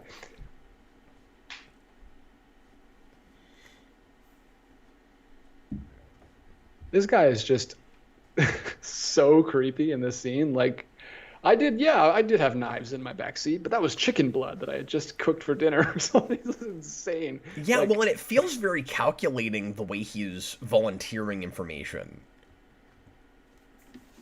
yeah, and I think part of it, and you have the thing where he wants to help, which is a big thing with serial killers. Like they want to help the police and like pretend like they're helping. And he writes a letter to Ruffalo after this, and just because they're narcissists, so that kind of pushes the fact that he is. But I've also heard that like, But it's also possible he's doing that because he didn't do it and he's trying to be helpful. but I've also heard that he didn't mind people thinking he was the Zodiac. He thought it was kind of Oh, cool is that right? because he was that kind of person. And Why? even if he I couldn't tell with what little research I did just how messed up in the head that guy seemed to be. Yeah, well, I mean, I think well, we know a little bit about him, even though, like, we know that he was super loner, like, quiet kid in school, and he just sat at that party with Diane and just sat in the corner and didn't talk to anyone or anything. So he probably, he probably wants some attention. So never got it his entire life. So people thinking he's the Zodiac is something. One thing I really like about this movie is just seeing competent people failing at something. And like Yeah, it's so frustrating.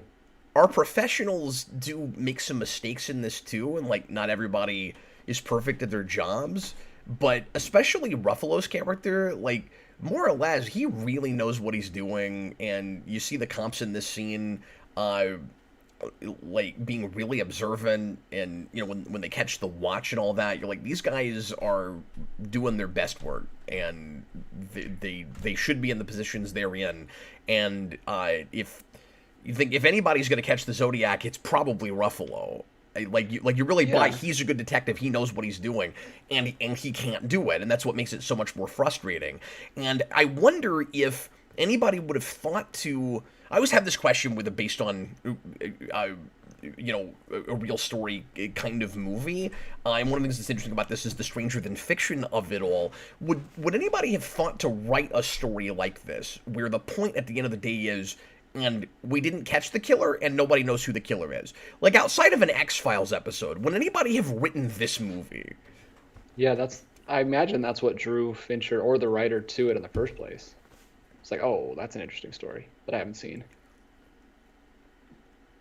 Real quick, you were talking about competent people failing. That's one of the things I really liked about the Batman, and it hurt my feelings that people got so mad about it and were like, oh, Batman just sucks. He's the worst detective. Like, no, he was a good detective. The Riddler was just that good. Like, that's what I liked about it. Like, he was still way ahead of the police. He was still like... If only somehow you could have seen any crime he solved in that first year, you wouldn't be saying that.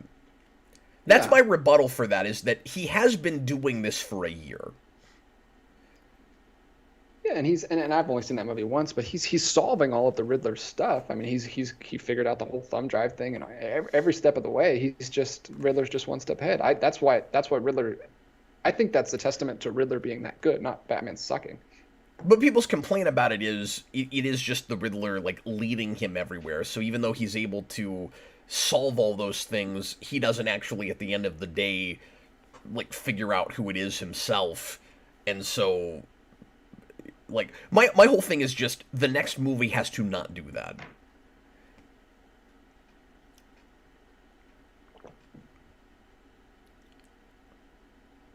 And it being an early Batman like that, I don't have a problem with telling this kind of story where he doesn't entirely succeed. And I know we've talked about this a lot, but also it works really well in that movie because the point is that he's not exactly Batman yet.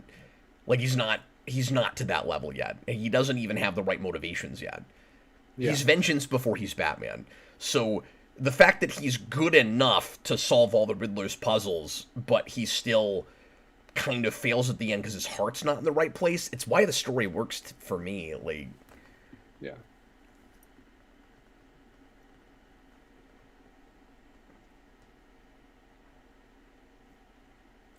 Josh, $2 super chat. Gyllenhaal almost replaced Maguire in Spider-Man 2. I didn't remember that, if I've ever heard that.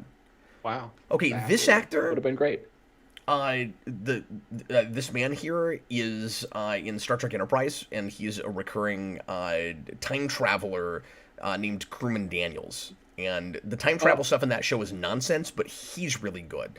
And he's there from real early. And he's got episodes all the way through the beginning of season 4. I think he's in 5 or 6. Oh, and he's also in a Galaxy Quest, which is weird because that's before Enterprise. Oh, weird.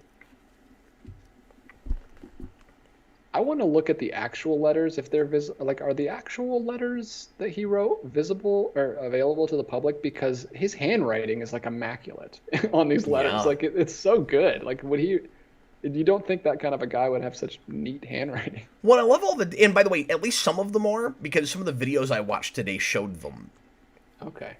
But I mean, I'm sure they're basing it on the actual handwritten letters, but his handwriting is, well, not that. I don't know what they're looking at. I love the attention to detail here. All the questions I would find myself asking, the movie also asks. And of course, it doesn't always have answers, because that's part of what makes it feel real and it makes it authentic to what really happened. But one of the things I found myself wondering is, well, how do we know that he's not just like putting on a fake handwriting type? How do you know that that's the way the guy always writes? Like maybe he meticulously came up with another way to write those letters so that you couldn't track it back to him. And the handwriting guy even brings that up. And for some reason, he's convinced it's the guy's real handwriting. I don't really get why he knows that, but he does say that. Yeah, and we don't know if he's correct or if he's just being stubborn and his ego's in the way and he thinks that nobody can trick him because he's the best. So we just don't know anything. We have no answers. Josh says, yeah, some of Zodiac Killer's letters are online. Haven't looked into all of them, if all of them are, though. Obviously, Graysmith thinks that he's wrong and that he actually is tricking them with changing his handwriting. This is a cool way to have time pass. And although it's weird because the rest of the time it just goes 2.5 weeks later. Well, this is like a whole year, though. This is the first time we do a big jump. Obviously, we'll go bigger later, 4 years. And without all this. Yeah. He's easing us in. He's easing us in with a nice CG time lapse. I wish Fincher was like so old school that he made them hold a camera there for a year while they built a skyscraper. No, we have CG. We can do. There's no way that's in your budget. Yeah. For this movie to pay a film crew to just keep showing up there every day. It's funny because that's a job. That's what my wife's job used to be. That she used to work for a camera company that sold time-lapse cameras to construction sites. I think this is Downey's best scene. It's just so tense the way he handles this. Oh, it's so cringe, as the kids say these days. Yeah. Just like seeing this at your office, just making a big scene. Yep.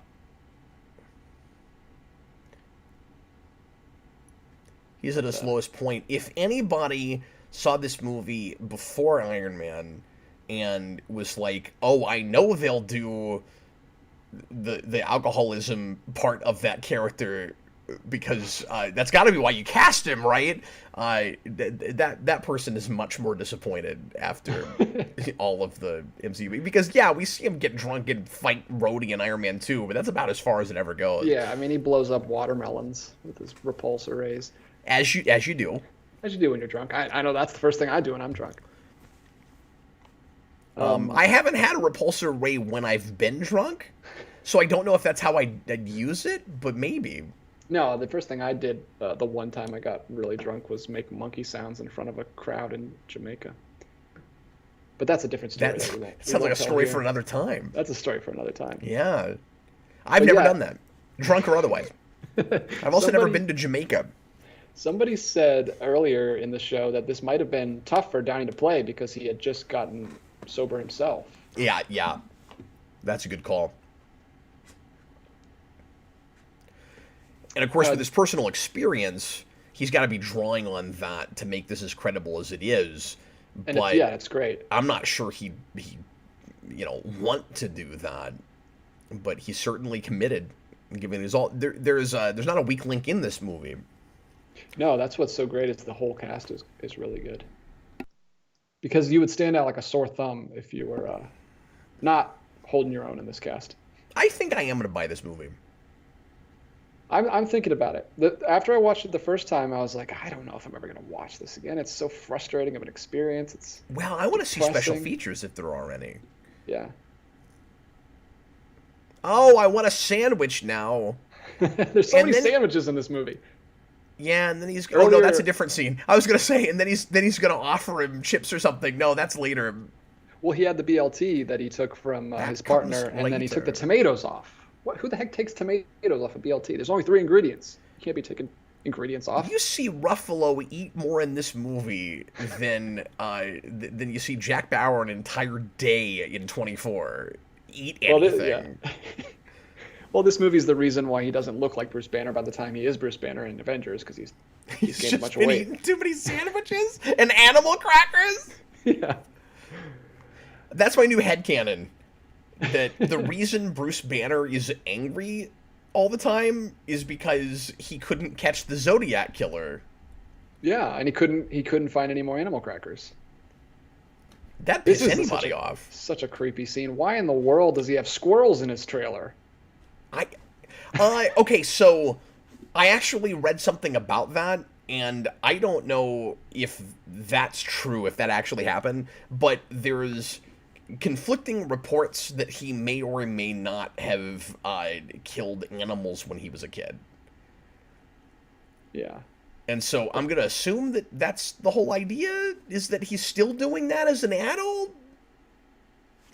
I mean, that's the first thing. That's the first step on serial killer highway, is killing animals when you're a kid. Right. That's what Dahmer did. Speaking of... And that's a cliche at this point, but if you look into enough it's just real true, life, yeah. it's just true. Especially, like, kids that have, done mass shootings at schools and stuff. A good percentage of them have that in their background. Torturing animals. Not just killing, but torturing animals much of the time. That happens to Dahmer. Speaking of, have you seen the Dahmer movie that's based on the comic book that is told that one of Dahmer's friends grew up and became a comic book artist and wrote a bio comic about... Oh, no, I haven't. And they made a movie about it a few years ago, and I've seen it. It's very interesting. That could be a potential commentary someday.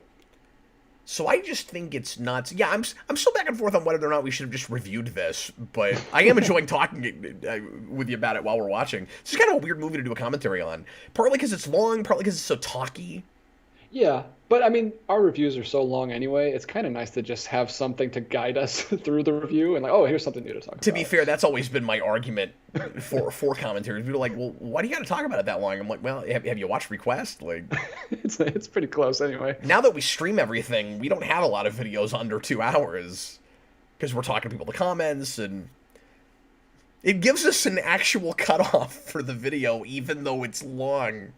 Yeah, well, I always prefer commentaries to just straight up reviews because it basically gives you a structure to follow. Like it lays everything out and it keeps you on point and there's not a lot of dead air. I actually find that, I don't know. For me personally, it's easier to stay on track when I have. For me, it depends entirely on the movie. That's true. That's probably true. Because sometimes looking at a thing scene to scene, it's actually, especially if it's too talky or if it's not a visual enough movie, it's not sparking enough in my brain, and it can be too distracting trying to keep up with it as opposed to just going any direction I want to for analysis. And it also sometimes kind of depends on what you're wanting to focus on, like what the interesting things are. So if it's a really crappy movie, usually commentaries are the easiest way to go, because you can go, and this is dumb. and this is dumb. And sometimes a really brilliant visual movie, you can kind of do the same thing with the other direction. If it's a mediocre movie, or if it doesn't have a lot going on to talk about visually, it can be kind of easier to just turn a camera on and start talking. Yeah. Josh says, my friend Dahmer 2017, that's the movie I was talking about. He said it looks like a really creepy looking movie. It is. And it's very interesting. It's a unique serial killer movie because it doesn't get to him serial killing. It's just about his youth and his friendship with this guy who later went on to write the comic book. Oh, how interesting. And it kind of leads up to the point right where he's about to make his first kill, you think. So yeah, it was really interesting. Very, very, just a character study, very intimate between these two guys, just his experience with the guy. And it didn't pull from any other accounts or like parents or any, it was just this guy's relationship with them, and he grew up and he wrote a comic book and they made a movie about it. It's been a long time since I've watched this, so I can't really speak to it now. But I did see. I had to look up the title because I couldn't remember it. But have you seen the Ted Bundy movie that Netflix made? The one with Zac Efron? It was called Extremely Wicked, Shockingly Evil, and Vile, which I thought was a title that went too far. But I liked everything else about it. No, I really wanted to see that because I like Zac Efron, and my wife watched it without me, and I never forgave her. How dare she? Well, you watched this, so you got her back. Yeah. It's excellent. I recommend that highly. I sent Austin a message after I said I saw it when it came out. I think I actually saw it maybe last year, or it wasn't just after it came out, because apparently it came out 2019. But I thought it was more recent than it was, I guess. Yeah, I wanted to see that one. Maybe I will. Maybe this will start a new obsession with me. And you're just gonna watch a lot of serial killer movies. I'll start my own collection back here of all serial killer movies. It'll be the one part of your background that's not in solid colors. It's like, well, what is that part over there? That's my serial killer movie collection. Yeah, come down in my basement and I'll show you all my serial killer movie collection while I just stand ominously in the dark. Come down to my creepy basement. Have somebody walk around upstairs so it looks like someone's up there. I'm gonna lock the door, and then when you think I'm chasing you, I'm gonna unlock it and then laugh at you as you leave. Why? I don't know. I don't know what's happening in that scene. Yeah, we'll have to watch it again this time. I think it's supposed to be from Jake Gyllenhaal's perspective. Like, we're in his head. Like, honestly, I have that myself. No, but the guy is being objectively creepy on purpose. There's no way around it. You can tell because, okay, you say it's from Gyllenhaal's perspective. We're not there yet. You say it's from Gyllenhaal's perspective, but when why don't we have time lapse here? It's 4 years later. 4 years. Well, there wasn't a perfect thing that took 4 years to make. That building took exactly 1 year to make, so it was perfect. Well, you could have showed a kid that went from freshman to senior year in high school. Yeah, that's your thing. See, there he is. There's Chandler's crazy roommate. That is who that is. But I don't know why he is. He's just like, he meets him and then he doesn't ever do anything. Oh, that's true. Maybe that's the 5 minutes in the director's cut. I forgot what I was talking about. Jake Gyllenhaal in that scene. He leaves. We cut over to the guy whose house it is, and he says bye, whatever his name is, and then he's got this like demented smile on his face, like, that was fun. I just screwed with that guy's head. Like, it's not just from Gyllenhaal's perspective.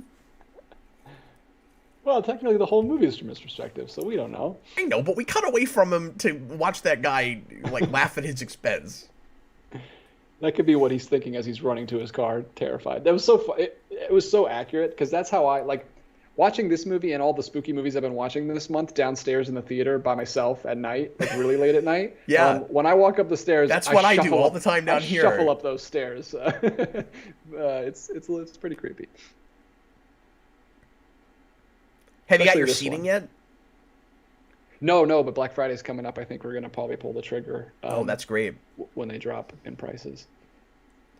I keep kicking around replacing I mean, I've got a real comfortable couch back here that's pretty decent for Yeah, viewing. we have a nice couch down there right now, so it's fine. But I kind of want theater seats over here at some point, and then I'm like, I don't know if I'm going to find something that fits as snugly as this does, because I got really lucky that I found a couch that fits exactly between the two bookshelves that I have on either side here. I don't know if I want to mess with it. The word you're looking for is sushi. Raw stuff. But Well, that was a nice callback, though. Although in movies, I always question those type of kitschy or little cutesy things. Where it's would like, you they had that remember it 6 conversation years later? 6 years ago, and it was one unless they've kept having that conversation off camera, I guess. But Maybe so. Well, no, you know what, though? You know what I like about that? It actually suggests that they've had the conversation more before, because before his partner said, I'd like to try Japanese food. He hasn't had it before. And that scene implies that now he eats it some. Because he said maybe he'll finally try the stuff. So he still hasn't. No, I thought he said he'd finally try it. I thought he was talking about himself. I wasn't looking at the dialogue just now, but maybe I'm remembering it wrong. Yeah, maybe so. I thought the intent, the whole point he was saying it was because now that you're not on call anymore, maybe you'll finally have time to try your raw stuff.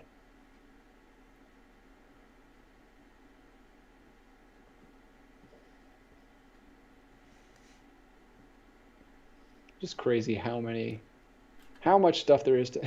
His car is really funny in this movie. I wonder if that was the actual car he drove. Little tiny orange car. It looks like a cartoonist car. We like to give people cars that fit their character, though, in movies. That's the thing we do a lot.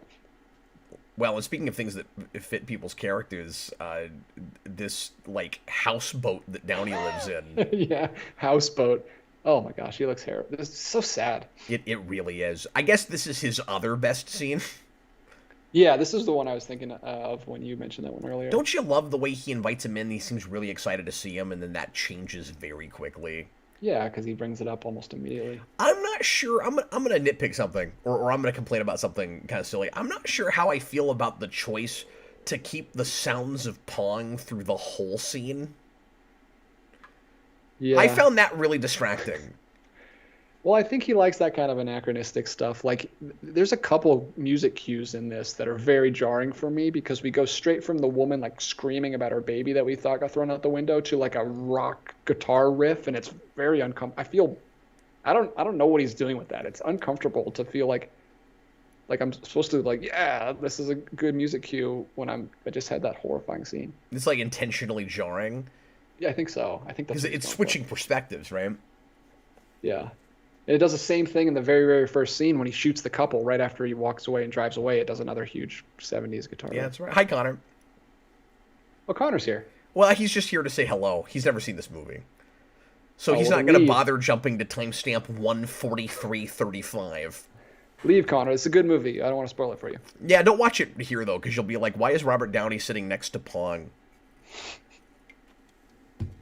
Thomas Lowe, DJ is a basement dweller. Okay, I want to resolve this. I was making a reference about the future. I want to resolve this whole basement dweller thing for forevermore. Because occasionally, and I know people are just making fun of me, but occasionally I will get that comment, or I'll see that even on the internet about whoever, where it's like, that person's a basement dweller.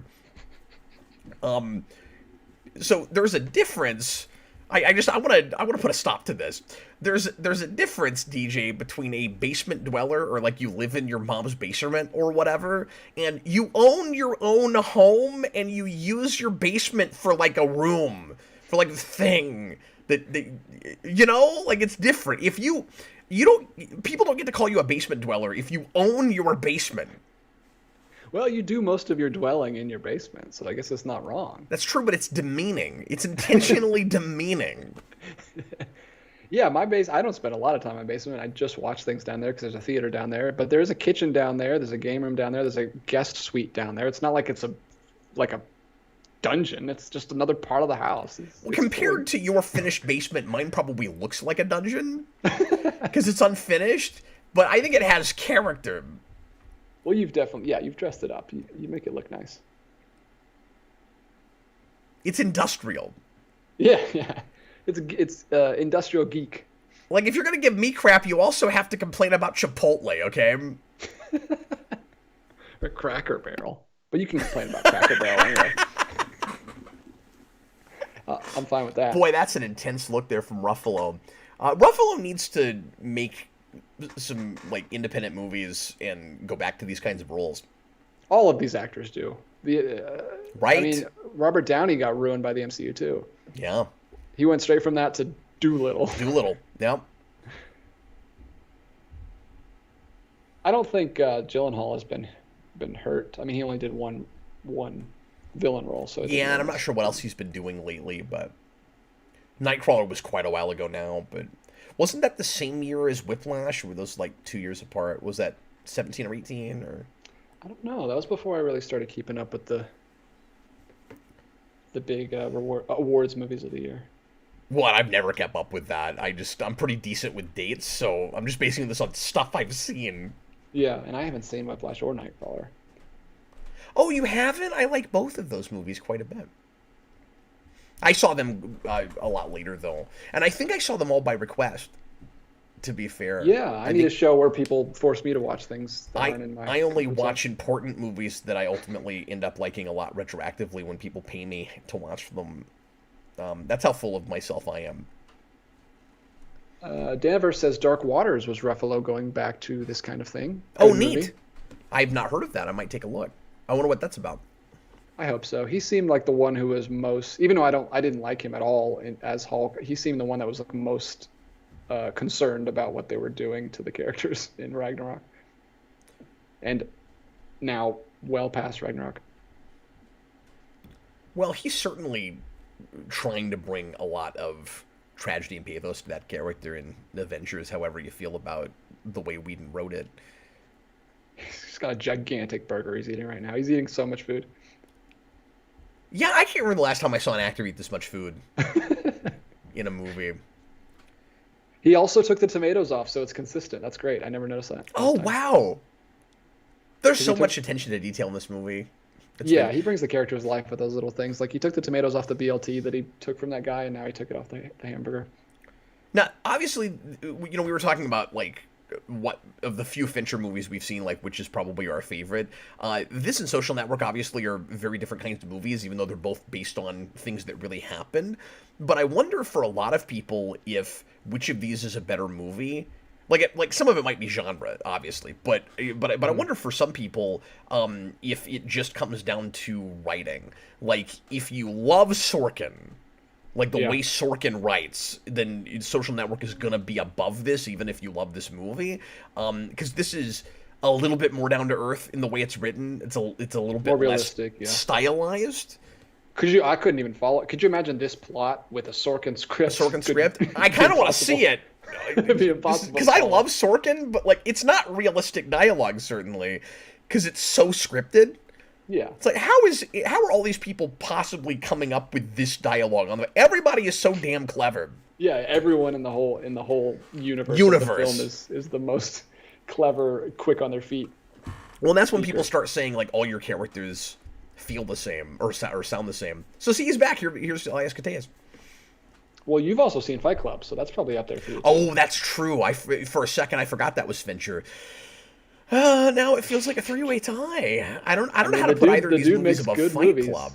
Fight Club's in another category is the problem. Yeah, I haven't seen that one, but I loved Social Network. Oh, I want you to watch Fight Club. I'd love to know what you think of that. I need to watch that again. It's been too long. Yeah, I loved writing about Fight Club. I'll just say that. Yeah, and I mean, Bates Motel, Hulk. We have a history of really liking multiple personality kind of psychosis. Oh, that's a good call. Yeah. quit giving away the ending to movies that are. Well, 30 years I old. mean, I already know it because of your rewind, so I won't get the full experience of seeing that. But that's my own fault for watching it. This guy's lucky that he's got as good of a memory as he does. Although I like that because he's not allowed to bring a pen in here, and I love the detail of he's got pens in his pocket, and Alaska Tejas takes him out. He's like, "What are these?" Although I don't know why he does that because no one else is there, and it seems like he's just being a jerk. Like, look, we've got rules here, son. He's already breaking the rules by letting him in there, so I don't know why he can't let him write stuff down. Because he doesn't want there to be any evidence that he's there. Although I guess the problem with that is... he just goes and writes it down anyway. He's going to go write it down anyway, yeah. And I was going to say, I like that too, where, like, I like that he doesn't have an eidetic memory. So, like I said, I think this is just if you're so fixated on something, it tends to stick in your brain better. Like, I can remember random crap that I saw in a Star Trek episode 6 years ago that I haven't seen since then, much better than, like, I'm reading a history text and taking a test on it. Yeah. Like, he just cares about this, and so he's going to remember it better. But I like that he's still, the specific names and places he's got to go write down real fast. Yeah, and he's literally, like, mouthing things as he walks out the door because he's, like, going over it in his head, trying not to forget it. Yeah, that's great. I love this. This guy's line is really funny. I think it's good. Well, good for him. Like, I think it's important to point out that the effectiveness of this movie does not just boil down to the content of it. Like, it is, and then that's the case with anything, of course, so this is maybe an obvious point to make, but I'm just saying you have to give the movie a lot of credit, and Fincher a lot of credit, for all of the, like we keep saying, attention to meticulous detail, and just a lot of the choices in the period piece of it. It really feels like the 60s. It really feels like the 70s. Time traveling back to another time and getting all the looks and the props and everything right without, like, pushing it too far, where you're going, okay, I get it, it's the 60s, because we've all, the Bumblebee had that with the 80s, like, we've all had that experience where it's like, you're really laying on too thick, like, when this is supposed to be, and trying to, tug at people's nostalgia strings or whatever. It's even harder when you have to watch the evolution of time. Yeah.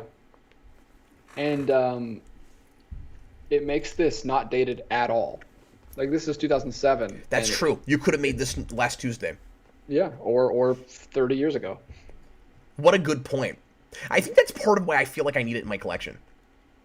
Oh yeah, it's definitely going to stand up to the test of time for sure. I mean, it's not been that long, but longer than we like to admit. 15 years. 15 years, and it looks perfect. I don't have any issues with the production or how it's made.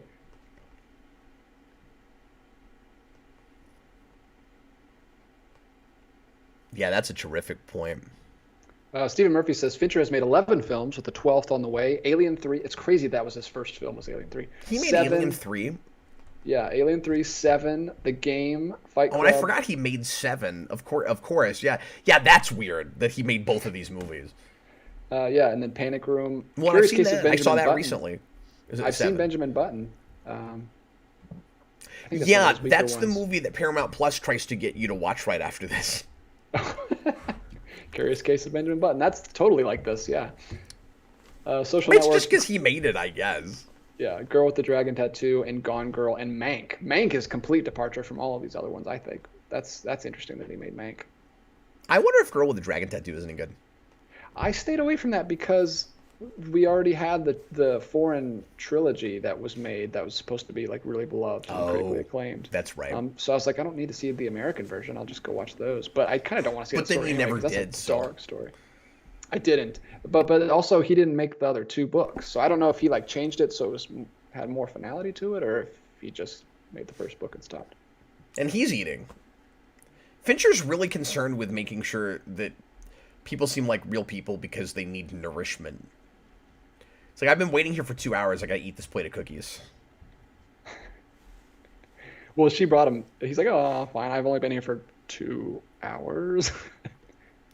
I'm really with him through this last section where he keeps latching on to details and trying to put everything together, and thinks that he is on a trail, and like I found all that really compelling. Where he's like, oh, he called on his birthday, and like, oh, what day was that? And like, it's all real involved and interesting. And in the back of my mind, I'm going, okay, but I know we never caught the Zodiac killer.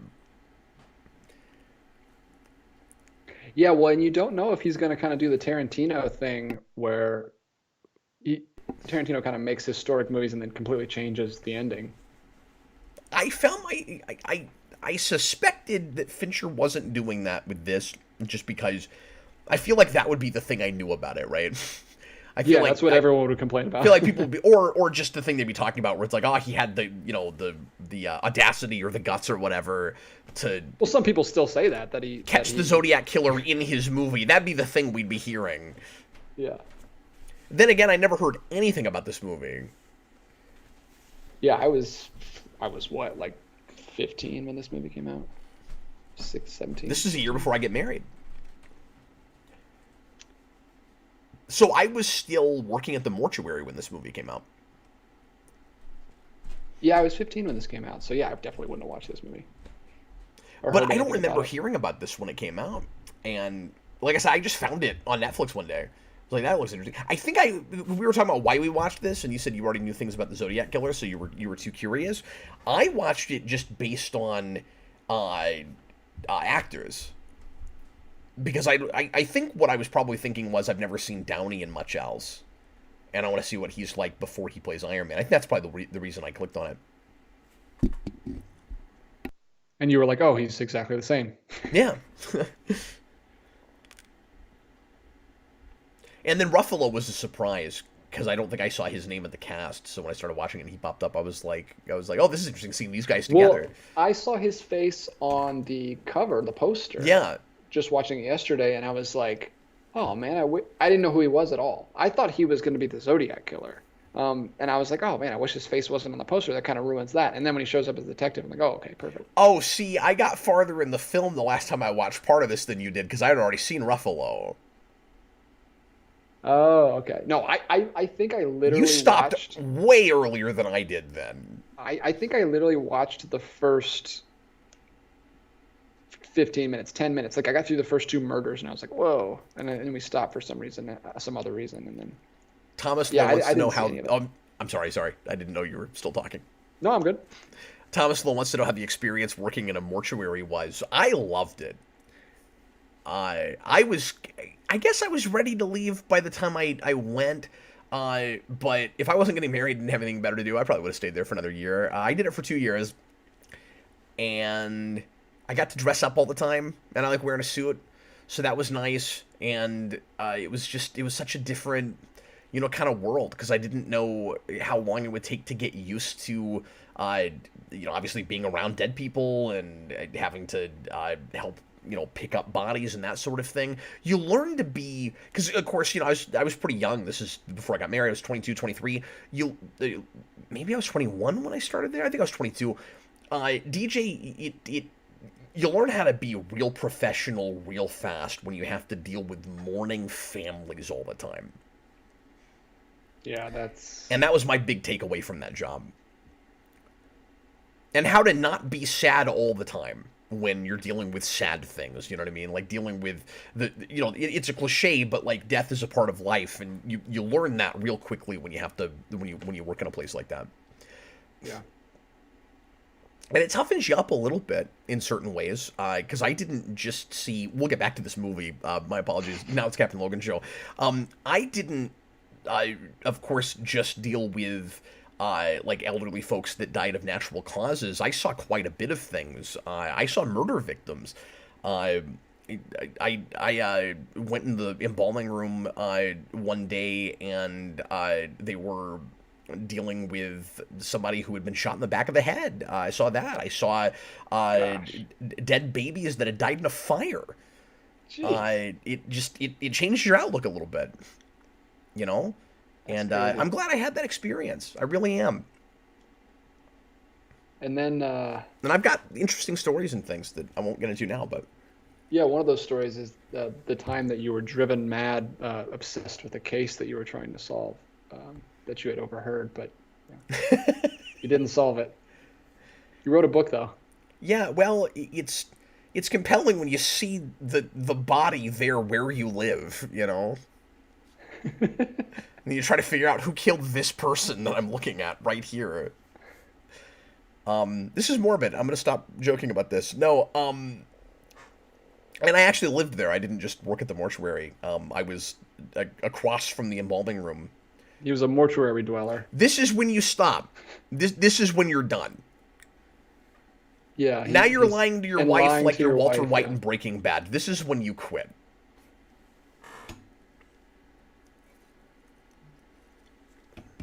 Especially lying when she clearly knows you're lying. Like you're not. She knows that was. You ain't fooling your wife there. I love this guy. This guy plays this character really well. He's like, it's because everyone wanted they wanted to be right so bad that they're helping him because. See, this is one of the things that I could see maybe getting cut if this wasn't such a good character study, because this ultimately doesn't lead anywhere. There's a lot of scenes leading up to this suspect, and it just completely stops. Yeah, but that's part of the point. But I know that's part of his degeneration. You have to have that because he's so obsessed that he thinks he's onto something. It makes everything that happens to him more tragic, I think. Mm-hmm. Absolutely. Yeah, that's what I was going to say. Because, but I could see like a studio being like, okay, we got to get this under 2 hours, cut this them thinking it was a useless. Yeah, it's good that but this didn't seem to be interfered with, right? No, I think he had made enough movies at this point that they're like, just letting him do whatever. Fincher's one of those directors that, yeah, see, Scorsese is not going to have a, directors in that, in that category are not going to have their stuff monkeyed too much with by a studio. They're not going to be compromised, and if they are, they're going to leave. Christopher Nolan, like he's, he gets his stuff too micromanaged, and he's not going to stay with that studio. Yeah, who is he making this new movie for? Because I think he's done with Warner Brothers, and he's got a movie coming out soon. Do you know what studio he's making it for? I think is it Universal? I think it's Universal. Maybe the chat will tell us, but yeah, I haven't looked into that. I was talking to watched the Austin trailer about for it this yet. the other day, and I think he told me it was Universal, and he said that there had been rumors that Universal might be, or that there was talk about even an attempt at a merger between Warner's and another studio, and maybe it's Universal. And and if that's true, he'd just be right back where he was before, and the joke would be on Nolan. Oh man, that'd be a bummer. So yeah, I hope anyone watching this is watching the movie, because we're not keeping you guys up at all. This is not one of the ones that's a good podcast before it's a commentary. Because we've talked right over Robert Downey Jr. completely giving up on the case, and now I think that's true. Ruffalo's already out. We're just with Jake Gyllenhaal. He's the only one keeping it going. Yeah, there really is a shift in this down to just this one last character, but it doesn't feel like it's a different movie, or it's in a way it's kind of like a last chapter, like another episode in this saga, but also all roads have been leading here also.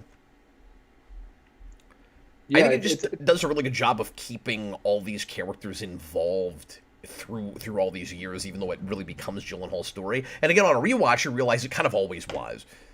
Mm-hmm. Also, really sorry, go ahead. I was just going to say, very tragic what happened to Ruffalo's character, where he was actually like accused of being Zodiac and writing that letter, and like he got fired from the force and all that, or at least from that department. Yeah, I didn't feel like the movie focused on that enough, because it took me too long before I realized that's what was happening. Oh, okay. I didn't get that right away. I thought that was really tragic. And then Gyllenhaal just kind of is so calloused and so singularly focused on the mystery that he doesn't even seem to really care. And yeah, I think he loses sight on why he's doing it. Yeah, so it's easy to be with him and to see him as heroic and go, well, he's trying to solve this murder case, and everybody else has given up on it. But like, it really is important that this guy gets caught. Just the principle of the thing, if nothing else, that if nothing else, just to say, like, you can't get away with this, the system works, that kind of thing, much less there were victims and they should be, avenged. But then, is that why he's doing it? No, he's just, I mean, he straight up says when his wife says, "Why do you need to do this?" He says, "I just have to know." Like, it's just for him at this point. He's lost any, He's lost sight of himself. yeah. He's lost any, like, good, true motives that may have had at the beginning. Now it's just doing it for himself. Yeah, it bothers me that he lets his kids, watch the news about this stuff. Not that I advocate sheltering your children too much, but just this particular thing, like, this is this case that he's obsessed with, and he's kind of putting this serial killer thing in front of his family. And the only time he's spending time with his kids is when it's related to that case. And the fact that it is a murder case, and that is, like, a difficult thing to explain to your children and all of that, and he's not really taking the time to talk to his kids about it. They're just sitting there with him while he's doing that and helping him do research. Yeah, it's crazy. Yeah, so this is everyone talking about. That's his wife.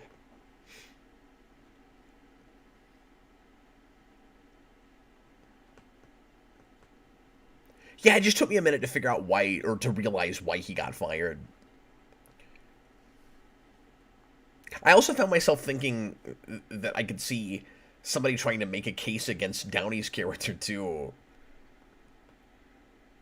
Yeah.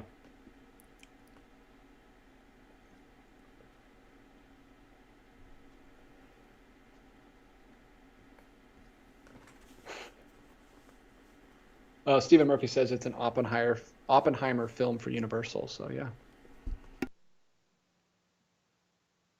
Well, hopefully he doesn't get sucked back into Warner Brothers. I know he hates Warner Brothers now.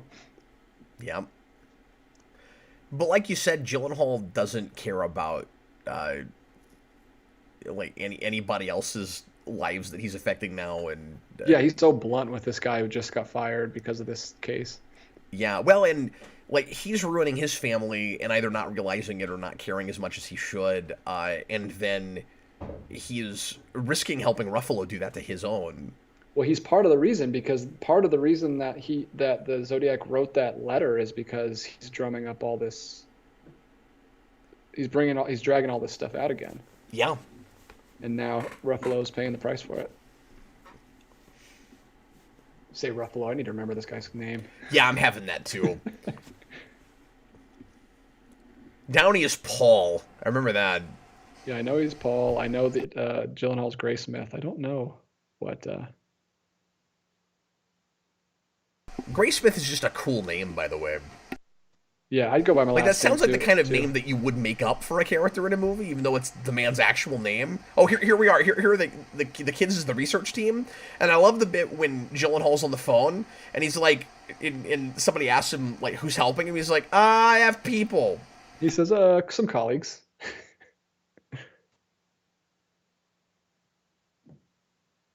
Milks in glass jars. That was so much cooler back in the day.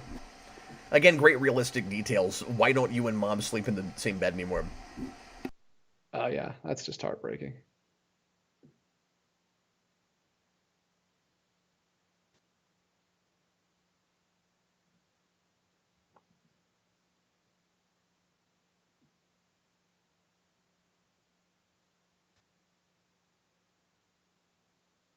See, it's interesting because they're doing moon cycles right now to see which attacks line up with the Zodiac symbols, but that could also just be complete nonsense because he may have just picked it because of the watch.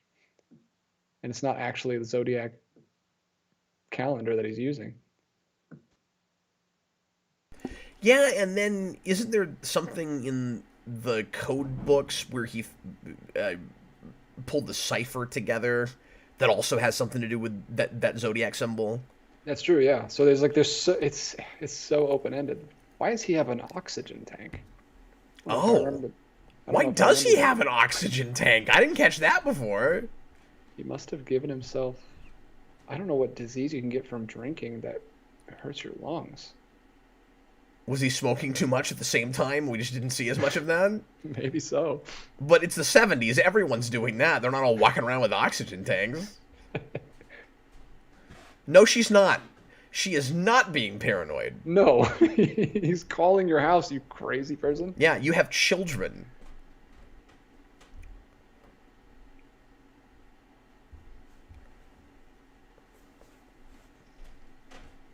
It's kind of funny to me. I can't talk about this right now. I have to go see Bob Vaughn. Like, she doesn't know who the heck Bob Vaughn is. Why are you using that name right It's now? very important.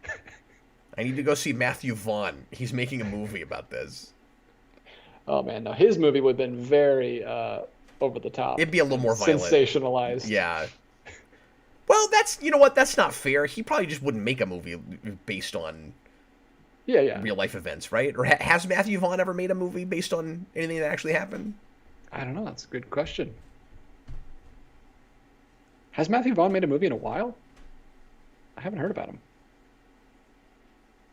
I'm not sure who did the Kingsman prequel. I don't think it was him, though. Oh, no, he was just a producer on that. Which is probably code for he's done with those, but they're paying him anyway. Yeah. Although I don't know. That's not fair. He might have actually done pre-production stuff, but... Oh, wait, no. It looks like he did direct it, too. Oh, okay. This is another character that's making a mistake of going with a stranger. And when you know there's the serial killer on the loose who has been calling your house, you maybe don't get in the car with this guy? Oh, yeah, that was insane. I couldn't believe he did that. When he was like, yeah, just come on. Yeah. Let's not meet at the coffee shop. Let's meet at my house. Yes, let's go to my house. And I like, thought he was gonna no. I thought he was gonna get in the car, and then he was like, "I'll follow me." And I was like, "Well, that's like a skosh more reasonable, but still, like, you're gonna go to his house?" Okay. And why does it have to be his house? Like, nothing about this.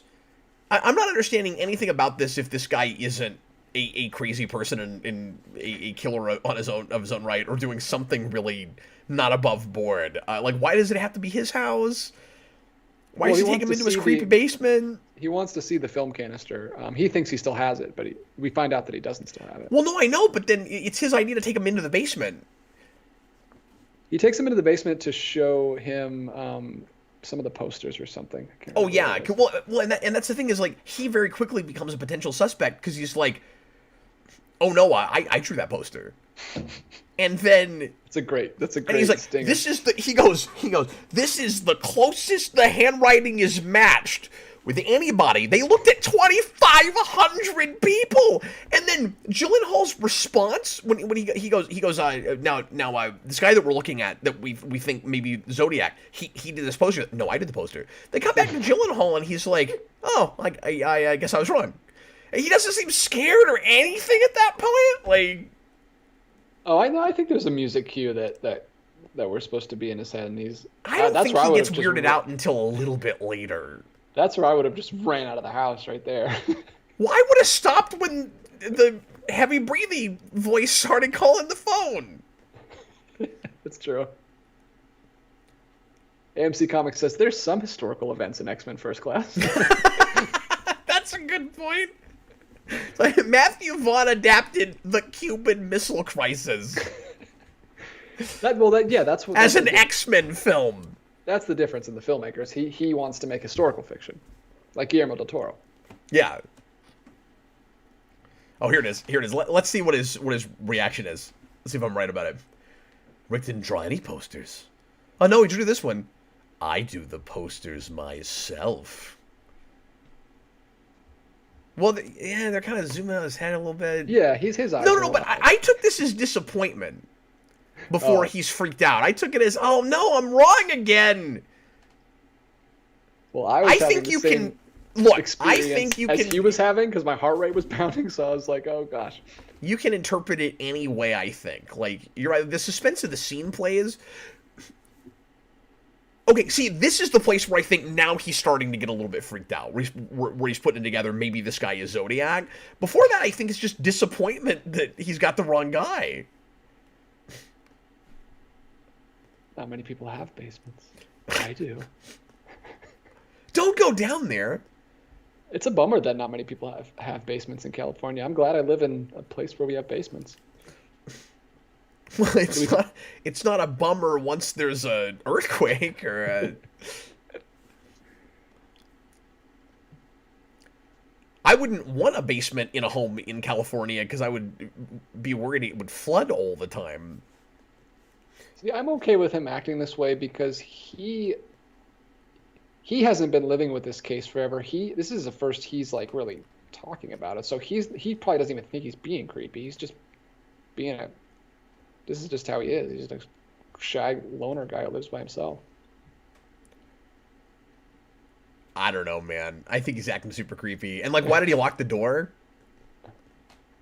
Yeah, well, I think that's where it goes a little bit too far to be a movie. Why did he lock the door? And then he goes upstairs and he can tell that he's like scared for his life. And then the guy's just messing with him. He's like, I'm gonna let him think that for as long as and then he latches the door. I'm not sure that that's coming from a character play so much as the movie's manipulating the audience a bit, right? Yeah, it just wants to have a creepy scene here because we haven't shown a murder in like 2 hours. Yeah. This is the bit where he's intentionally being creepy because he goes, "You want to go upstairs and check?" Yeah, why don't you just say no? And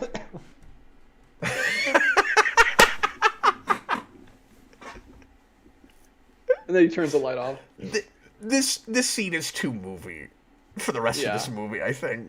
I think this movie's too good for this scene, but it freaked me out in the basement. No, it's an effective scene, but it made me for a split second go, okay, maybe the movie is going to say we've got a real Zodiac killer. But that's the movie's way of trying to give us multiple believable suspects, right?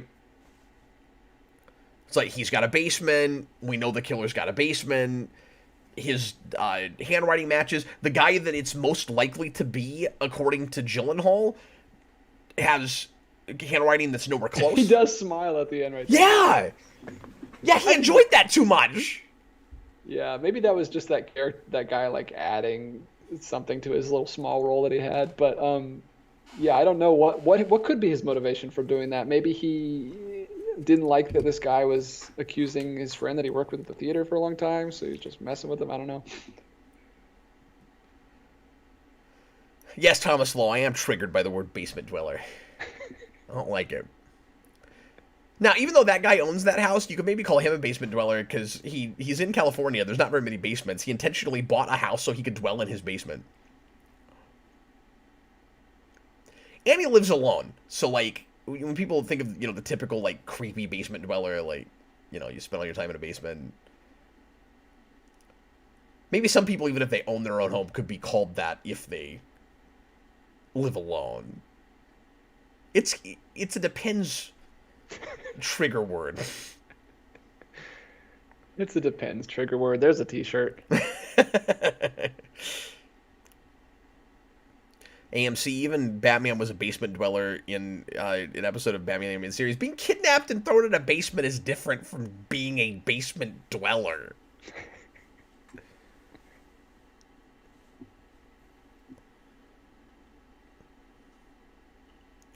Daniverse, John Carroll Lynch was the Zodiac killer. What are you talking about?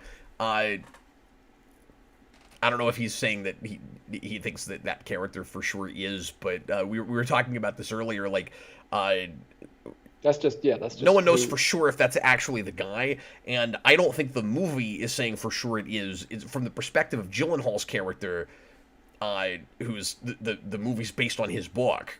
It is. Yeah, that's who Gyllenhaal thinks. But in real life, there's lots of reasons to think that it could be someone else, and that it's actually likely not to be him. Graysmith. I keep forgetting his name.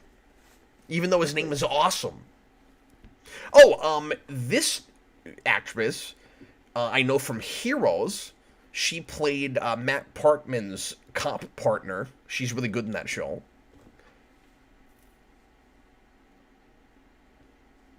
Yeah, I don't think I know her from anything.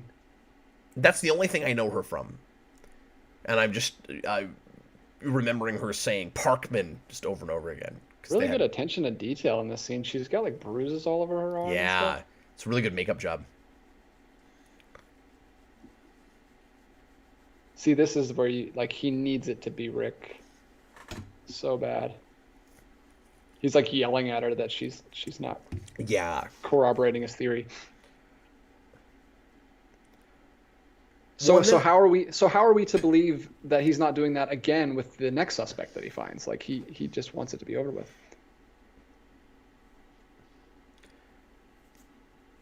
Yeah, well, at this point, he's too desperate. You can't... I mean, it goes without saying, you can't be impartial at all because you have such a personal stake in it now. Yeah. You just want to be right more than anything. And we as the audience want him to solve this. And it's really great drama that it comes all the way back around to Lee again. Because Ruffalo was in the same place, not as obsessive, of course, and he let it go arguably easier, but Lee was the guy that he was sure it must be. And then just after talking to him for 10 minutes, he thought it was him. Stuff's not lining up well enough, so he goes, crap, I guess we're wrong. All this time off going down the drain, he has to take time off from work, and then Gyllenhaal thinks he's got it with this Rick guy, and then it goes all the way back to Lee. I don't know, that's a twist in a theater. Especially when we still don't know for sure by the end. I know. Well, yeah, because it's like the evidence, or the DNA didn't match, the ballistics didn't match, the handwriting didn't match, all these hard evidence facts. Oh, Daniverse was being sarcastic. Okay. But all he has is like memories that he's convicting him on. Memories. All alone in the moonlight. Oh, I spilled his coffee. What a klutz. Look at his house. Look at his house is just packed stacks of boxes and papers. Yeah, because it's his whole life. And then he still doesn't write the book for like 7.5 years after this, which, how did it take that long to write the book, first of all? He's a cartoonist. No, he's not a writer. He drew it all first. He storyboarded it. He storyboarded his biography. Yeah. He made it in a comic book first. Like McFarlane says, do you know how it takes to draw one of those things? Well, yeah, I mean, my friend Dahmer, that's exactly what that guy did.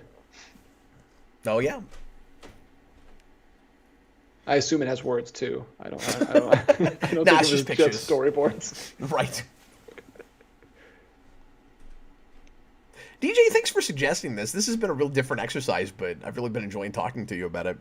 Yeah, it's been very, very interesting. There hasn't really been a lull. I've been having a good time talking about it. Thomas Lowe, we need the Cats movie commentary. I'm not doing that again. We did that for Patreon. We do have a Cats commentary on the channel. We watched it blind. It's unlisted. It's just for Patreon. I'm not doing that again. I can't even remember if I was there or not. I think I may have been. I may have blocked it out. I think you were? Question mark? I may have completely blocked that out because I remember nothing about that movie. I blocked it out too. I just know I was there. Yeah, we have not. We did Thank not you, have, Snuffles writes. That was also sarcasm. We did not have good luck. We started doing After Dark commentaries, and we had like 3 doozies in a row. We did Flubber, Cats, and Wild Wild West, and we just quit because that broke us. Those 3 were horrible. We've had a somewhat better track record when we've done them public. Like the Clifford commentary that I did with Austin. Did that one. I love this. I'm going to kill him. Where's my gun? Yeah. You know, a lot of realistic levity doesn't degenerate into easy comedy, of course. But there are bits where you are laughing because things that happen in real life are funny. There we go. That's the hook you needed. Why did you say that name?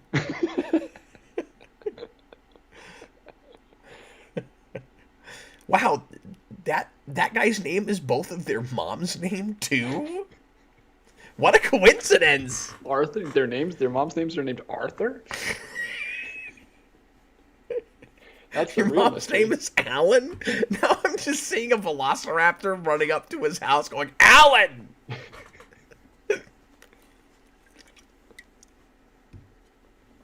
TH1 says Flubber and Wild Wild West are great films. Sure. I have to disagree with you strongly, sir. That was sorry, Tom. I'm glad you enjoyed those. Those were painful. Oh, agonizing. That is a factual statement. Using a typewriter is not a crime. Neither is killing a horse. Sorry, that's a What? that's a reference to The Killing, which is a movie I watched recently. Killing a horse is not a crime. I think it might be. The best they can get you for is shooting a horse, and that's not a crime. Tom Tula super chat. Killing Weird is a Al, great movie. Everybody watch that movie. Blind commentary. We're planning on doing a big how we felt about for that. I don't think we're gonna do that. I don't want to talk over that the first time I see it. I'm too excited for that movie. I need to watch it. When is that coming out? I'm interested in that. That's next month, I think. I want to, because I think it'll be funny, and because that's my most anticipated movie of the year. DJ, I want to try to make that we're planning on we're announcing things here too. I want to try to make that as close to the biggest panel we've ever had for a new movie review as possible, because I think it would be really funny. I think the record is probably 7. I want to see if we can get at least 7, if not 8 people on that. That's amazing. I'll see. I'll be there if I can. I don't know if I can be there. Oh please, I hope you can. I'm gonna try to get as many people there as possible. Jason's gonna do it. I'm gonna try to get Jeff there. Jeff's a big Weird Al fan.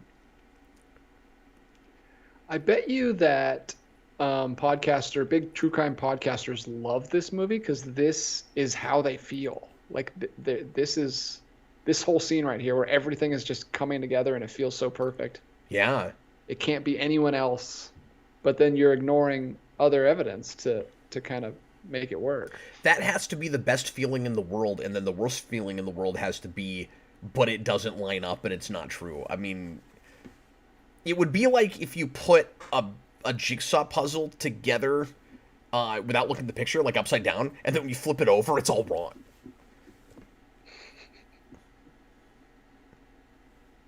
Yeah, well, that was a pretty crushing scene when the first time they thought it was Arthur Lee Allen, and Ruffalo has to hear the cops say that none of the evidence matched.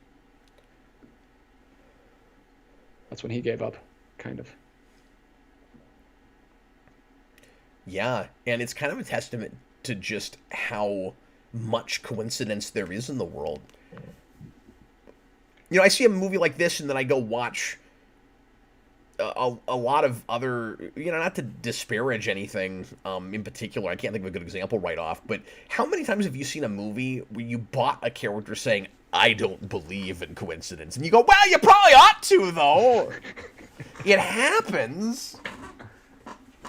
But obviously different contexts and different kinds of internal logics and stuff. If you have a thing that's about fate and there's a lot of, you know, magic involved, or there's somebody like pulling strings in the background, then there's reason not to believe in coincidence. Here, it's just nuts how many different people it could be.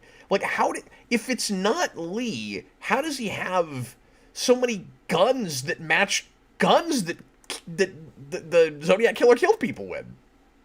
And he had the watch, and he lives that close. Yeah, it's a lot. And that was the thing, is that the ballistics didn't match. But he just has a bunch of guns. Which is that what? Okay. Technically a crime. It's creepy that you have a bunch of guns and squirrels in your trailer, but it's not technically a crime, unless you don't have the permits for them, I guess. Well, I was gonna say I could also throw times at you that it would be illegal to kill a horse.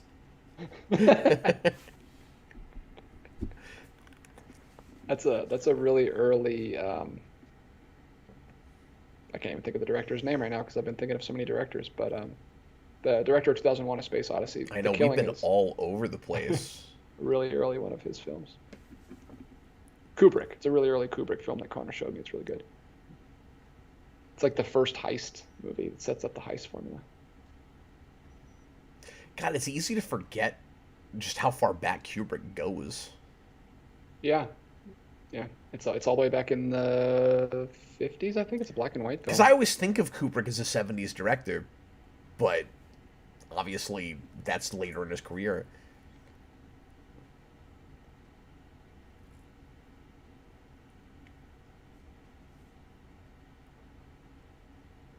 And now we're all the way in 83, and he's still driving that car. 7 years to write this book, man.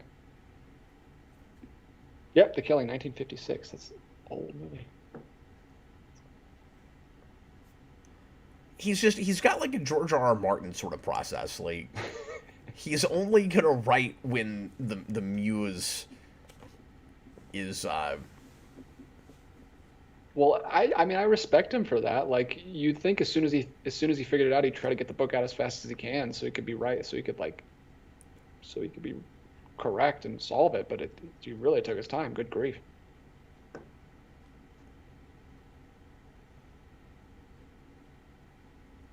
So apparently in real life they did cross paths, but it wasn't in the hardware store. You know But that then vacant what lot would right behind the. happen is after that he would like send people into the hardware store to see Lee and give him information about him. Oh, weird. Yeah. He stayed obsessed. That's why it is weird that it took him that long. It's not like he lost interest or it got too much for him or Well, you know that vacant lot right behind the gas station. Well, somebody bought it. did it take Okay. him that long to get somebody to publish it? Like I wouldn't think so. I don't know. Maybe he could have had trouble with it because it was That's so. that's the book cover, and I think that's the front of that Blu-ray release. But I'm sorry, what were you saying? I don't know. I was just gonna say maybe he could have had some trouble getting it published because he had died down so much. It's been 7 years since his last letter. People might not have thought there was any interest. Oh, you remember that Coke machine earlier in the movie that didn't work? That one back there probably works. I've seen this guy in stuff too, but I can't remember what now. I know this guy. He's a recurring character in the show Psych. Oh, okay. That's what I know him from. I know I've seen him in a role kind of like this before, but it's not coming. I don't know if it's TV or if it was another movie or.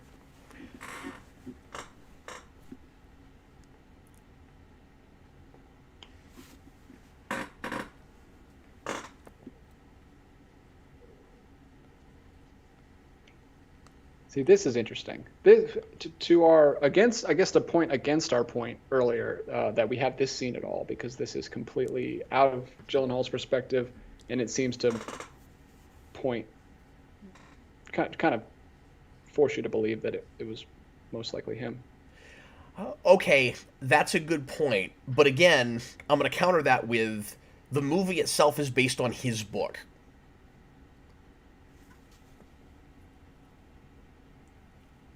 Yeah. So if he put this in his book, but his book's already written at this point. So this is after his book was published.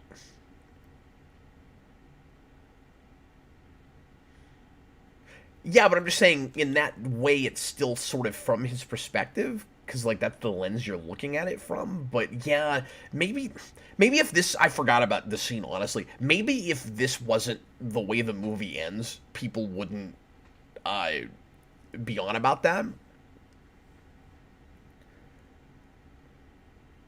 No, you're right. This does. Maybe I'm wrong about what I said earlier. Based on this, Yeah. I could certainly see anybody who's got that argument of, see, the movie is on the side of that must have been the guy that did it. Yeah, because that's literally the last thing we've seen. The only thing that like gives me pause is that they also put this little blurb at the end that they did find DNA evidence and it did not match. It didn't match, yeah.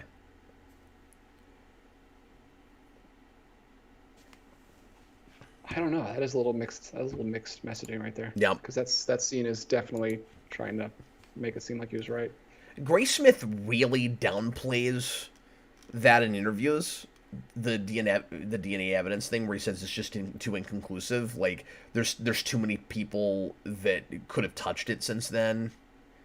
Well, What I've heard is they've actually pulled it from the licking of the stamps, and people are trying to say like, well, he maybe had someone else lick the stamps, which is, I guess, possible, but it seems strange that he would just go up to someone and say, "Hey, I need you to lick these stamps so I can send this." Like, which because a normal person would just like use You water. just use water. Why would you? Yeah, Why would you?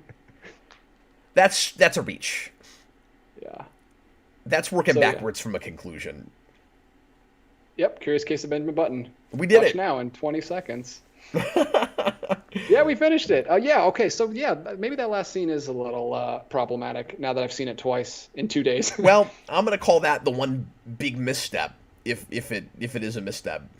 Yeah, and that scene that you don't like, the creepy guy. It's not a perfect film, but it's a really, I really like good that film. scene, but I think I don't think it's right for this movie. Yeah, but it's a really, really good movie. I'm glad I finally watched it. Yeah, me too. It's crazy that just because I think it's really funny that you pitched this. I'm glad we did it. It was really interesting and enjoyable. But I think it's really funny that you were just like, oh, we both started this and didn't finish it. That means we need a 2.5-hour commentary on it on the channel. Well, I didn't want us to spiral out of control and have our wives divorce us because we were like, we have to finish this movie. So I thought we'd just go ahead and knock it out. That's true. You think there'd be a lot of coincidences where things would just get in our way, where like we'd start it 4 or 5 different times, and then Yeah, we the just go out of our internet goes minds out. trying to finish this movie? Skype kicks us off, you know. It would always be so many months or years after the last time we looked at it. We'd never go back to the place where we were. We'd just start over and over again. So Well, we'd just go yeah, if nuts. We get to like an hour 45 every time and not see the last 45 minutes. And we're just like, we're losing our minds. Oh, now you're just pitching a much better idea for what we should have done. That would have been genius and meta. I feel like I'm pitching a movie, actually. I could write this story. That's not the worst premise. And creepy credits. And scene. But yeah, we did it. There's some people that have hung with us this entire time. Thanks, guys. Yeah. Really nice talking to you guys. You guys helped us out. Yeah, this was a fun diversion. We'll be back with the Captain Logan Show on Thursday. We will. And that'll be fun. I can't wait to see what questions you guys have for us and what news will be sprung on us 10 minutes before the show starts. Yeah, if we'd done one today, this will date this commentary. If we'd done one today, it would have probably, the lead-in topic would have been all the Marvel films that they just delayed. They were supposed to have some movies next year that, like, they pushed Deadpool back and some other things. So right now, if things stand the way they are, and I don't think they will, we'll get only 3 movies next year and 6 in 2024. Well, that's good news for next year and bad news for 2024. My prediction is at least one of those movies will get put off again, and at least one of those movies will be scrapped completely. That's what I think will happen. Sweet. Well, we'll make those predictions on Thursday. Slasher Fred I just did that show too. I just did the lead-in topic at the end of a commentary. Well, it's a hidden Easter egg. It's a dated Easter egg. Yeah, we're dating the commentary. We did so good at not dating the commentary the whole time, except for the Christopher Nolan talk and stuff. Yeah. No, I feel good about it. Well, DJ, thanks again for pitching this. I really enjoyed it. Yeah, I had fun, if nothing else. Hopefully you guys enjoyed it too. Thanks a lot for watching, guys. Once again, we'll be back on Thursday. Tomorrow night, Austin and I are going to be doing a request on Evil Dead 2. So, speaking of Halloween stuff, so pop in for that if you're so inclined. We're going to do that 10 o'clock tomorrow night. And in the meantime, I was Captain Logan, and this was DJ Martinez. Goodbye. Later, folks.